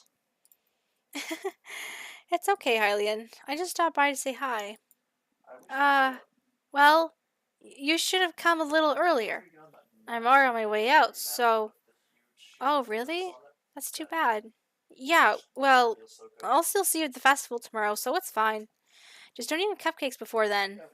Anyway, later. Clearly flustered, Natsuki hurries off and Sayori waves goodbye. Sayori, I thought you didn't want to come over today. Oh, well, I tried staying in my room, but my imagination was being really mean to me. So I had to come here and see it for myself. See what? What are you talking about? You know, how much fun you're having with Natsuki? And how close you got to her? It makes me really happy that you've made such good friends. That's all that matters to me. Tears start to fall down Sayori's face. That's all that matters to me. Why am I feeling this way, Hylian? I'm supposed to be happy for you. Why does it feel like my heart is splitting in half? It hurts so much. Everything hurts so much. This would be so much better if I could just disappear. Sayori, don't say that. It's true, Hylian. If I weren't here, you would have to waste your sympathy on me. If you would have to put up with me being so selfish. Monica was right. I should just... Monica? Monica was right about what? Sayori, what I said before is true. I'm not going to let this continue. Caring about you like this isn't the burden your mind is making it out to be. It's something that makes me happy. It's something that I wouldn't trade for anything else. So even if it takes an entire lifetime, I'm going to be by your side until you don't feel any more pain. But Sayori looks away. I put my hand on my shoulder to reassure her. I'm scared, Hylian. I'm really scared. What are you scared of, Sayori? I'm scared that I might like you more than you like me. Sayori? It's true, isn't it? I was weak and started to like you too much. I did this to myself. Hylian, I like you so much that I want to die. That's how I feel. And that's enough, Sayori. I don't want you to hurt anymore. I slide my hand down Sayori's arm and squeeze her hand in my own. Don't you remember how I always know what's best for you? Don't you still believe me? Wordlessly, Sayori nods. Even if you don't understand your own feelings, I know what you need the most right now, and that's what I'm going to give to you. Sayori, we can friend zone her. You'll always be my dearest friend, because I like Natsuki more today. You'll always be my dearest friend. What you need most is for things to be the way they've always been. Monica told me the truth. She told me how much happier you seemed after I joined the club. I know you're struggling with some really difficult feelings right now, but please trust me that I know what's best and will make you happy in the end. I promise I'll get things back to the way they were. I see. Sayori forced a smile with an incredibly pained expression. Is this what it feels like to get stabbed in the chest? I should write a poem about this. Sayori, it's okay. This is just my punishment, remember? For being so selfish. So please don't worry about those stupid feelings. I know you're right. I knew this whole time that there's no happiness down that path. That's why I came here, so I could get the answer that I needed to hear. And the other thing, you're also right, that I just wanted it to go back to the way it was. I realize that now. You really do know me better than anyone, Hylian. I can trust you with anything. Anything at all. So, Sayori's smile finally breaks. All of a sudden, she turns around and drops to her knees. Ah! Clutching her head with both hands, she screams as loudly as she can. I'm so shocked that I don't know how to react. Sayori looks over her shoulder and flashes me one more weak smile before turning around and running off. Sayori! I'm left helplessly standing in front of my house. Why am I feeling so horrible about this? There's nothing more that I could have done. The most I can do is support Sayori through her feelings and help her on a path that's right. But I'm having so much trouble understanding Sayori's feelings as she is.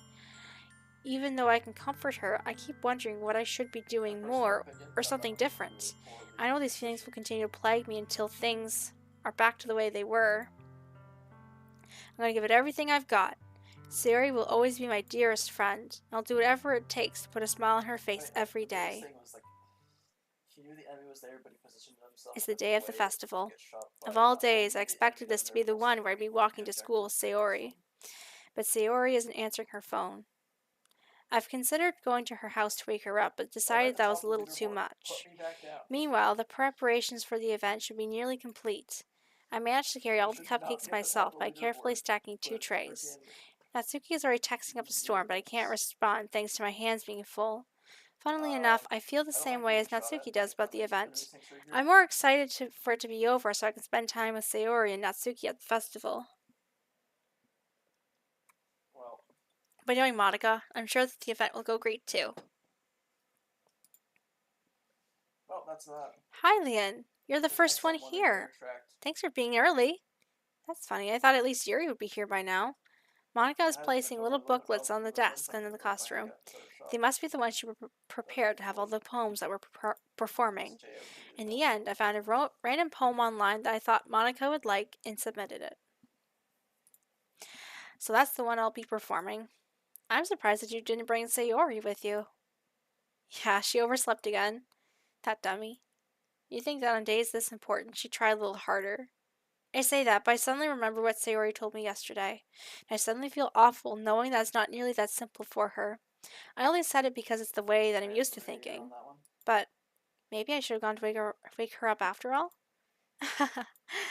You should take a little responsibility for her, Hylian. I mean, especially after your exchange with her yesterday. You kind of left her hanging this morning, you know? Exchange? Monica, you know about that? Of course I do. I'm the club president after all. But, I stammer, embarrassed. Did Sayori really tell her about it that quickly? About how I basically turned down her confession?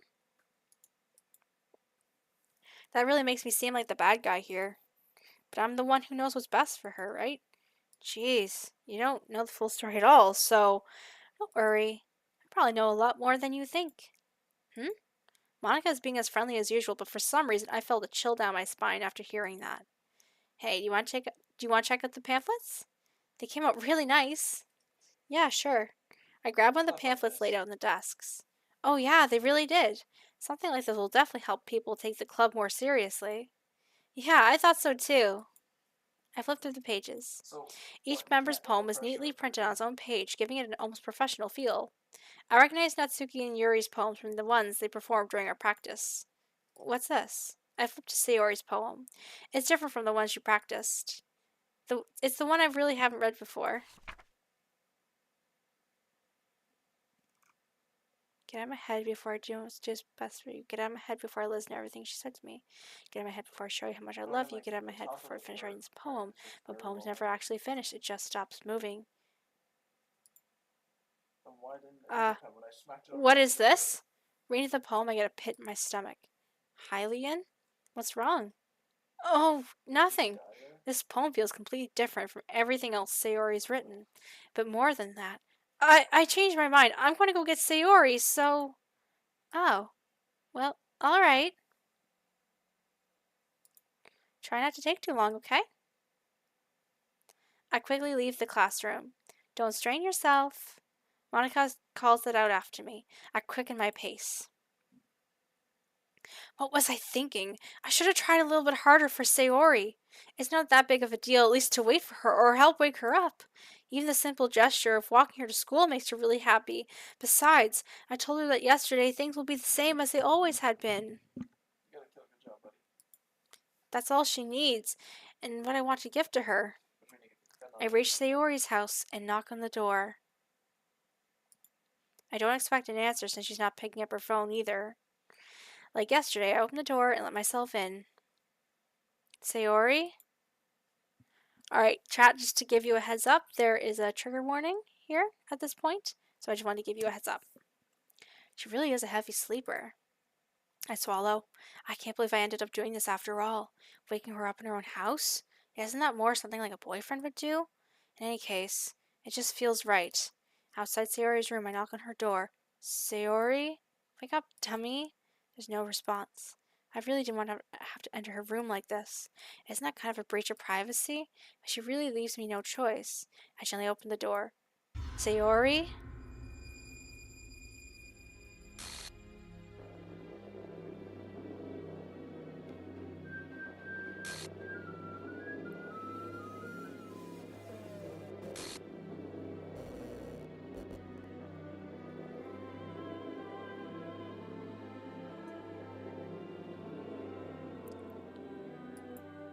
What the heck? What the heck? Is this a nightmare? It has to be. This isn't real. There's no way this can be real. Sayori wouldn't do this. Everything was normal until up a few days ago. That's why I can't believe what my eyes are showing me. I suppressed the urge to vomit. Just yesterday, I told Sayori that I would be there for her.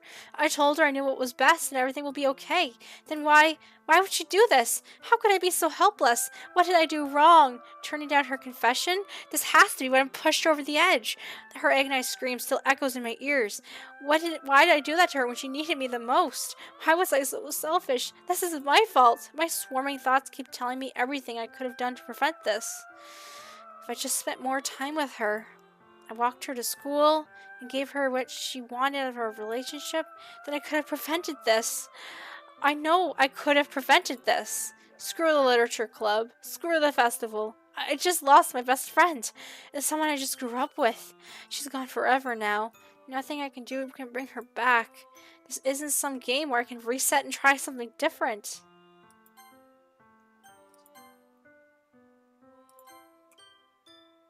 Can I just load it?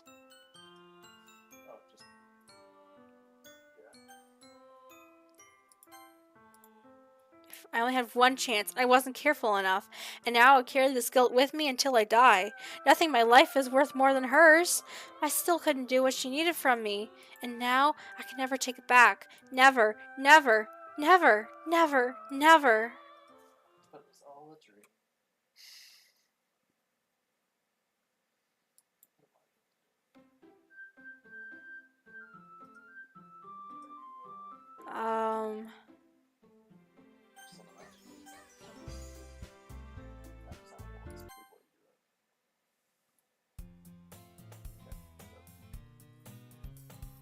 I see an annoying girl running towards me in the distance, waving her arms in the air like she's totally oblivious to any attention she might draw to herself. That girl is my neighbor and good friend since we were children. You know, the kind of friend that you never see yourself making today, but just kind of works because you've known each other for so long. We used to walk to school together on days like this, but starting around high school, she would oversleep more and more frequently, and I would get tired of waiting up.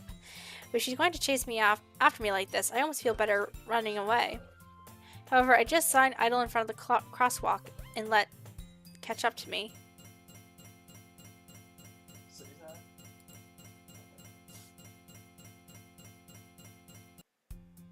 That was weird. Okay. Oh. Okay. Save it. Our last save is gone. You can have up to 9 slots. It's crazy. It's an ordinary school day like any other. Mornings are usually the worst, being surrounded by couples and friend groups walking to school together. Meanwhile, I've always walked to school alone.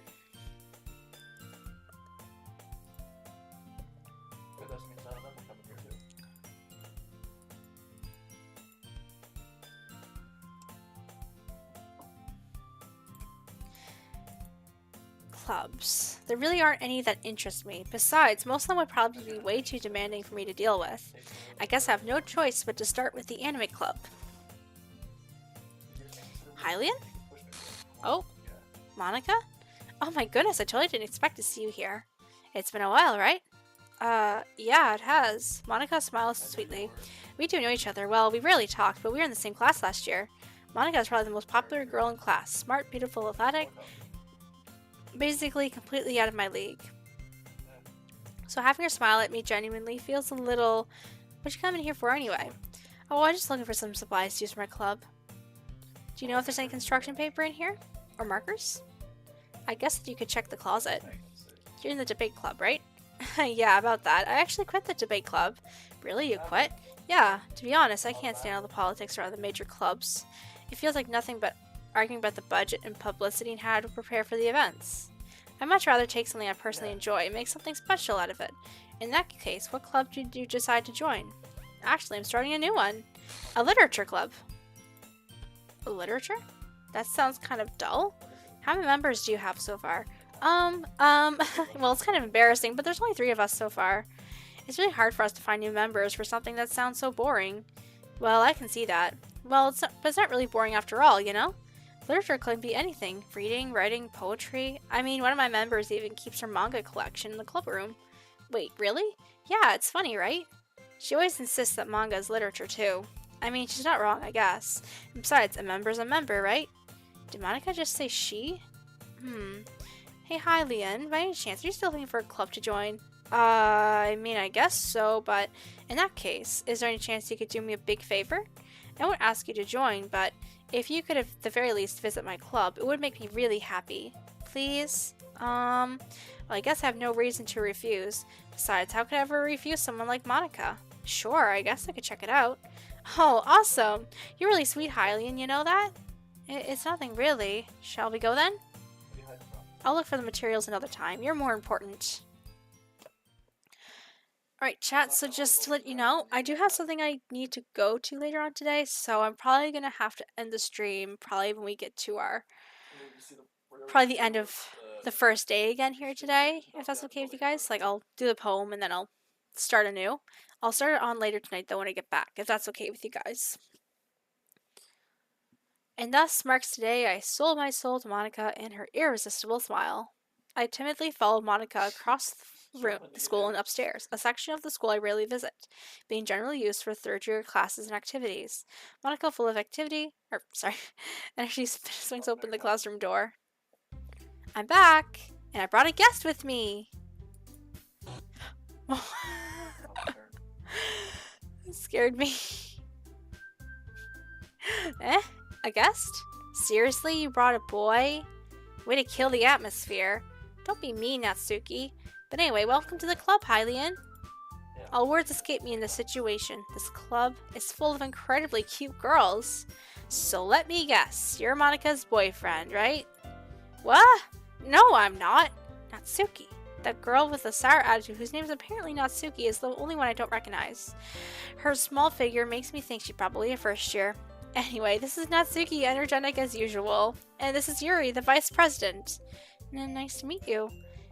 Yuri, who appears comparatively more mature and timid, seems to have a hard time keeping up with someone like Natsuki. Yeah, it's nice to meet both of you. Yeah, I ran to Hylian to your classroom and he decided to come back and join the club, or check out the club. Isn't that great? Wait, Monica, didn't I tell you to let me know in advance before you brought anyone new? I was going to, well, you know, sorry. I didn't forget that. I just happened to run into him. In that case, I should at least make some tea, right? Yeah, that would be great. Why don't you come sit down, Hylian? The girls have a few desks arranged to form a table. Yuri walks over to the corner of the room and opens the closet. Meanwhile, Monica and Natsuki sit across from each other. Still feeling awkward, I take a seat next to Monica. So, I know you didn't really plan on coming here, but we'll make sure you feel right at home, okay? As president of the literature club, it's my duty to make the club fun and exciting for everyone. I'm surprised there aren't more people in the club yet. It must be hard to start a new club. You could put it that way. Not many people are very interested in putting in all the effort to start something brand new, especially when something doesn't grab your attention like literature. You have to work hard to convince people that you're both fun and worthwhile. But make school events like the festival that much more important. I'm confident that we can help really grow this club before we can graduate. Right, Natsuki? Well, I guess. Natsuki reluctantly agrees. Such different girls all interested in the same goal. Monica must have worked really hard just to find these two.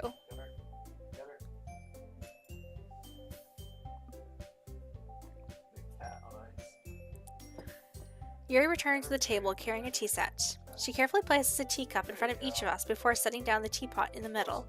You keep a whole tea set in this classroom? Don't worry, the teachers gave us permission. After all, doesn't a hot cup of tea help you enjoy a good book? Yeah, I guess. Don't let yourself get intimidated. Yuri's just trying to impress you.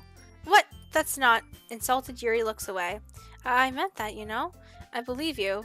Well, tea and reading might not be a pastime for me, but I at least enjoy tea. I'm glad. Yuri faintly smiles to herself in relief. So, Hylian, what kinds of things do you like to read? Oh, well, considering how little I've read over the past few years, I don't really have a good way of answering that. Manga? I muttered quietly to myself, half joking. Natsuki's head suddenly perks up. It sounds like she wants to say something, but she keeps quiet. No, not much of a reader, I guess. Well, that can change. What am I saying? I spoke without thinking of seeing Yuri's sad smile. Anyway, what about you, Yuri? Well, let's see. Yuri traces the rim of her teacup with her finger. My favorites are usually the novels that build deep and complex fantasy worlds. The level of creativity and craftsmanship behind them is amazing to me, and telling a good story in such a foreign world is equally impressive. Yuri goes on, clearly passionate about her reading. She seems so reserved and timid since the moment I walked in, but it's obvious that the way her eyes light up that she finds her comfort in the world of books, not people. But you know, I like a lot of things. Stories with deep psychological elements usually immerse me as well. Isn't it amazing how a writer can so deliberately take advantage of your own lack of imagination to completely throw you for a loop? Anyway, I've been reading a lot of horror lately. Oh, I read a horror book once. I desperately grasped at something I can relate to on the minimal level. At this rate, Yuri might as well be having a conversation with a rock. I expect that from you, Yuri. It suits your personality. Oh, is that so? Really, if a story makes me think or takes me to another world, then I really can't put it down. Surreal horror is often very successful at changing the way you look at the world, if only for a brief moment. Ugh, I hate horror. Oh, why is that? Well, Natsuki's eyes dart over to me for a split second. Never mind.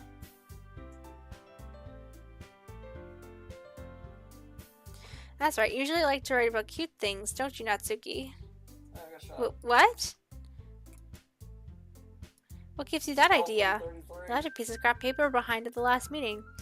Oh, we all read this beforehand.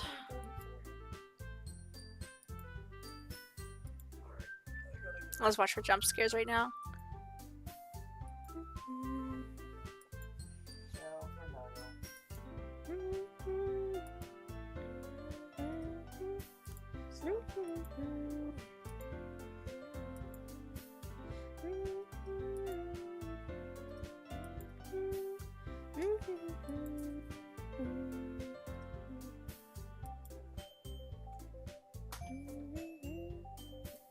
Hello.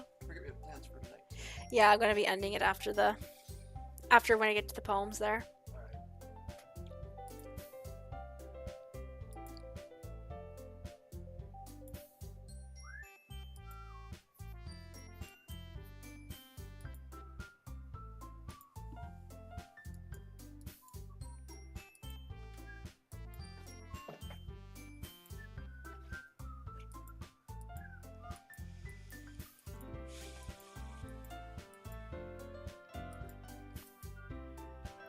Well, I think you're right, Monica. We should probably start finding activities for all of us to participate in together. I did decide to take on the responsibility of vice president after all. I need to do my best to nurture the club as well as its members. Besides, now that we have a new member, it seems like it's a good step for us to take. Don't you agree as well, Hylian? Hold on, there's still one problem. What's that? Now that we've reached the most important topic, I bluntly come forth with what's been on my mind the entire time. I never said I would join this club. Monica may have convinced me to stop by, but I never made any decisions. I still have other clubs to look at, and, I lose my train of thought. All three girls stare back at me with dejected eyes. But, I'm sorry, I thought. Huh? The girls exchange glances before Monica turns back to me. I guess I need to tell you the truth, Hylian. The true thing is, we don't have enough members to form an official club. We need 4. And I've been trying really hard to find new members. If we don't find one more before the festival, I'm defenseless against these girls. How am I supposed to make a clear-headed decision when it's like this? I would feel terrible filling everyone down in this situation. And besides, the club itself seems pretty relaxed. So if writing poems is the price I need to pay in order to spend every day with these beautiful girls, right. Okay, I've decided then. I'll join the literature club. One by one, the girl's eyes light up. Oh my goodness, really? Do you really mean that, Hylian? Yeah, it could be fun, right? You really did scare me for a moment. I mean, if you really just laughed after all this, I would be super mad. Hylian, I'm so happy. We can become an official club now. Thank you so much for this. You're really amazing. I'll do everything I can to give you a great time, okay? Thanks, I guess. Okay, everyone. I think with that, we can officially end today's meeting on a good note. Everyone remember tonight's assignment. Write a poem to bring to the next meeting so we can all share. Monica looks at me once more. Hylian, I look forward to seeing how you express yourself. Yeah. Can I really impress the class? Star Monica with my mediocre writing skills? I feel the anxiety welling up inside of me. Meanwhile, the girls continue to chit-chat as Yuri cleans up the tea set. Guess I'll be on my way then. Okay, I'll see you tomorrow then. I can't wait. With that, I depart the club room and make my way home. The whole way, my mind wanders back and forth between the three girls, Natsuki, Yuri, and of course Monica. Will I really be happy spending every day after school in a literature club? Perhaps I'll have the chance to grow closer to one of these girls. Alright, I just need to make the most of my circumstances and make sure that good fortune will find me. And I guess that starts with writing a poem tonight. Oh, yeah. A dream. I was wandering in an abandoned warehouse at night. I was lost, looking for an exit. I just wanted to go home. I came upon a huge empty room, its ceiling and its walls beyond the deep blackness. My steps were quick in order to hurry to the other side, or to a wall, anything. Suddenly the ground was no longer beneath my feet. I stepped into a hole of indeterminate width. I fell for a good 5 seconds before crashing into warm water. Figuring out which way was up, I surfaced myself. The air was humid, and the sounds of my splashing reverberated endlessly. My vision was completely swallowed by the dark. With one hand, I could feel the damp metal wall of the container. My lungs were already getting tired. Alright, so we will just finish up the poem here. We'll save. And then, yeah, we'll end the stream right there, and I'll continue it later on tonight. So, we're still doing our girl Natsuki here. So, this will be a little easier since, you know, Sayori doesn't exist, and I can kind of... It's a little easier whenever one girl goes away, you know?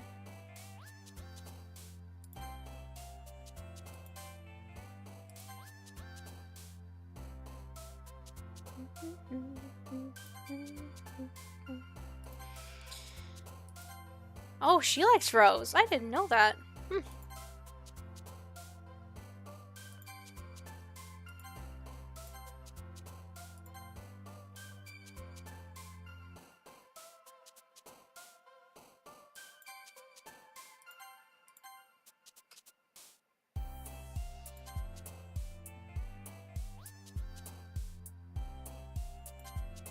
Hers was cry. Interesting.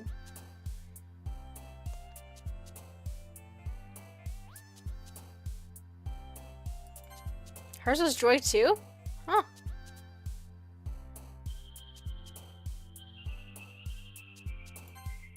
Huh. Well, we mostly got for Natsuki. Alright, stream. Oh. The music went weird there for a second.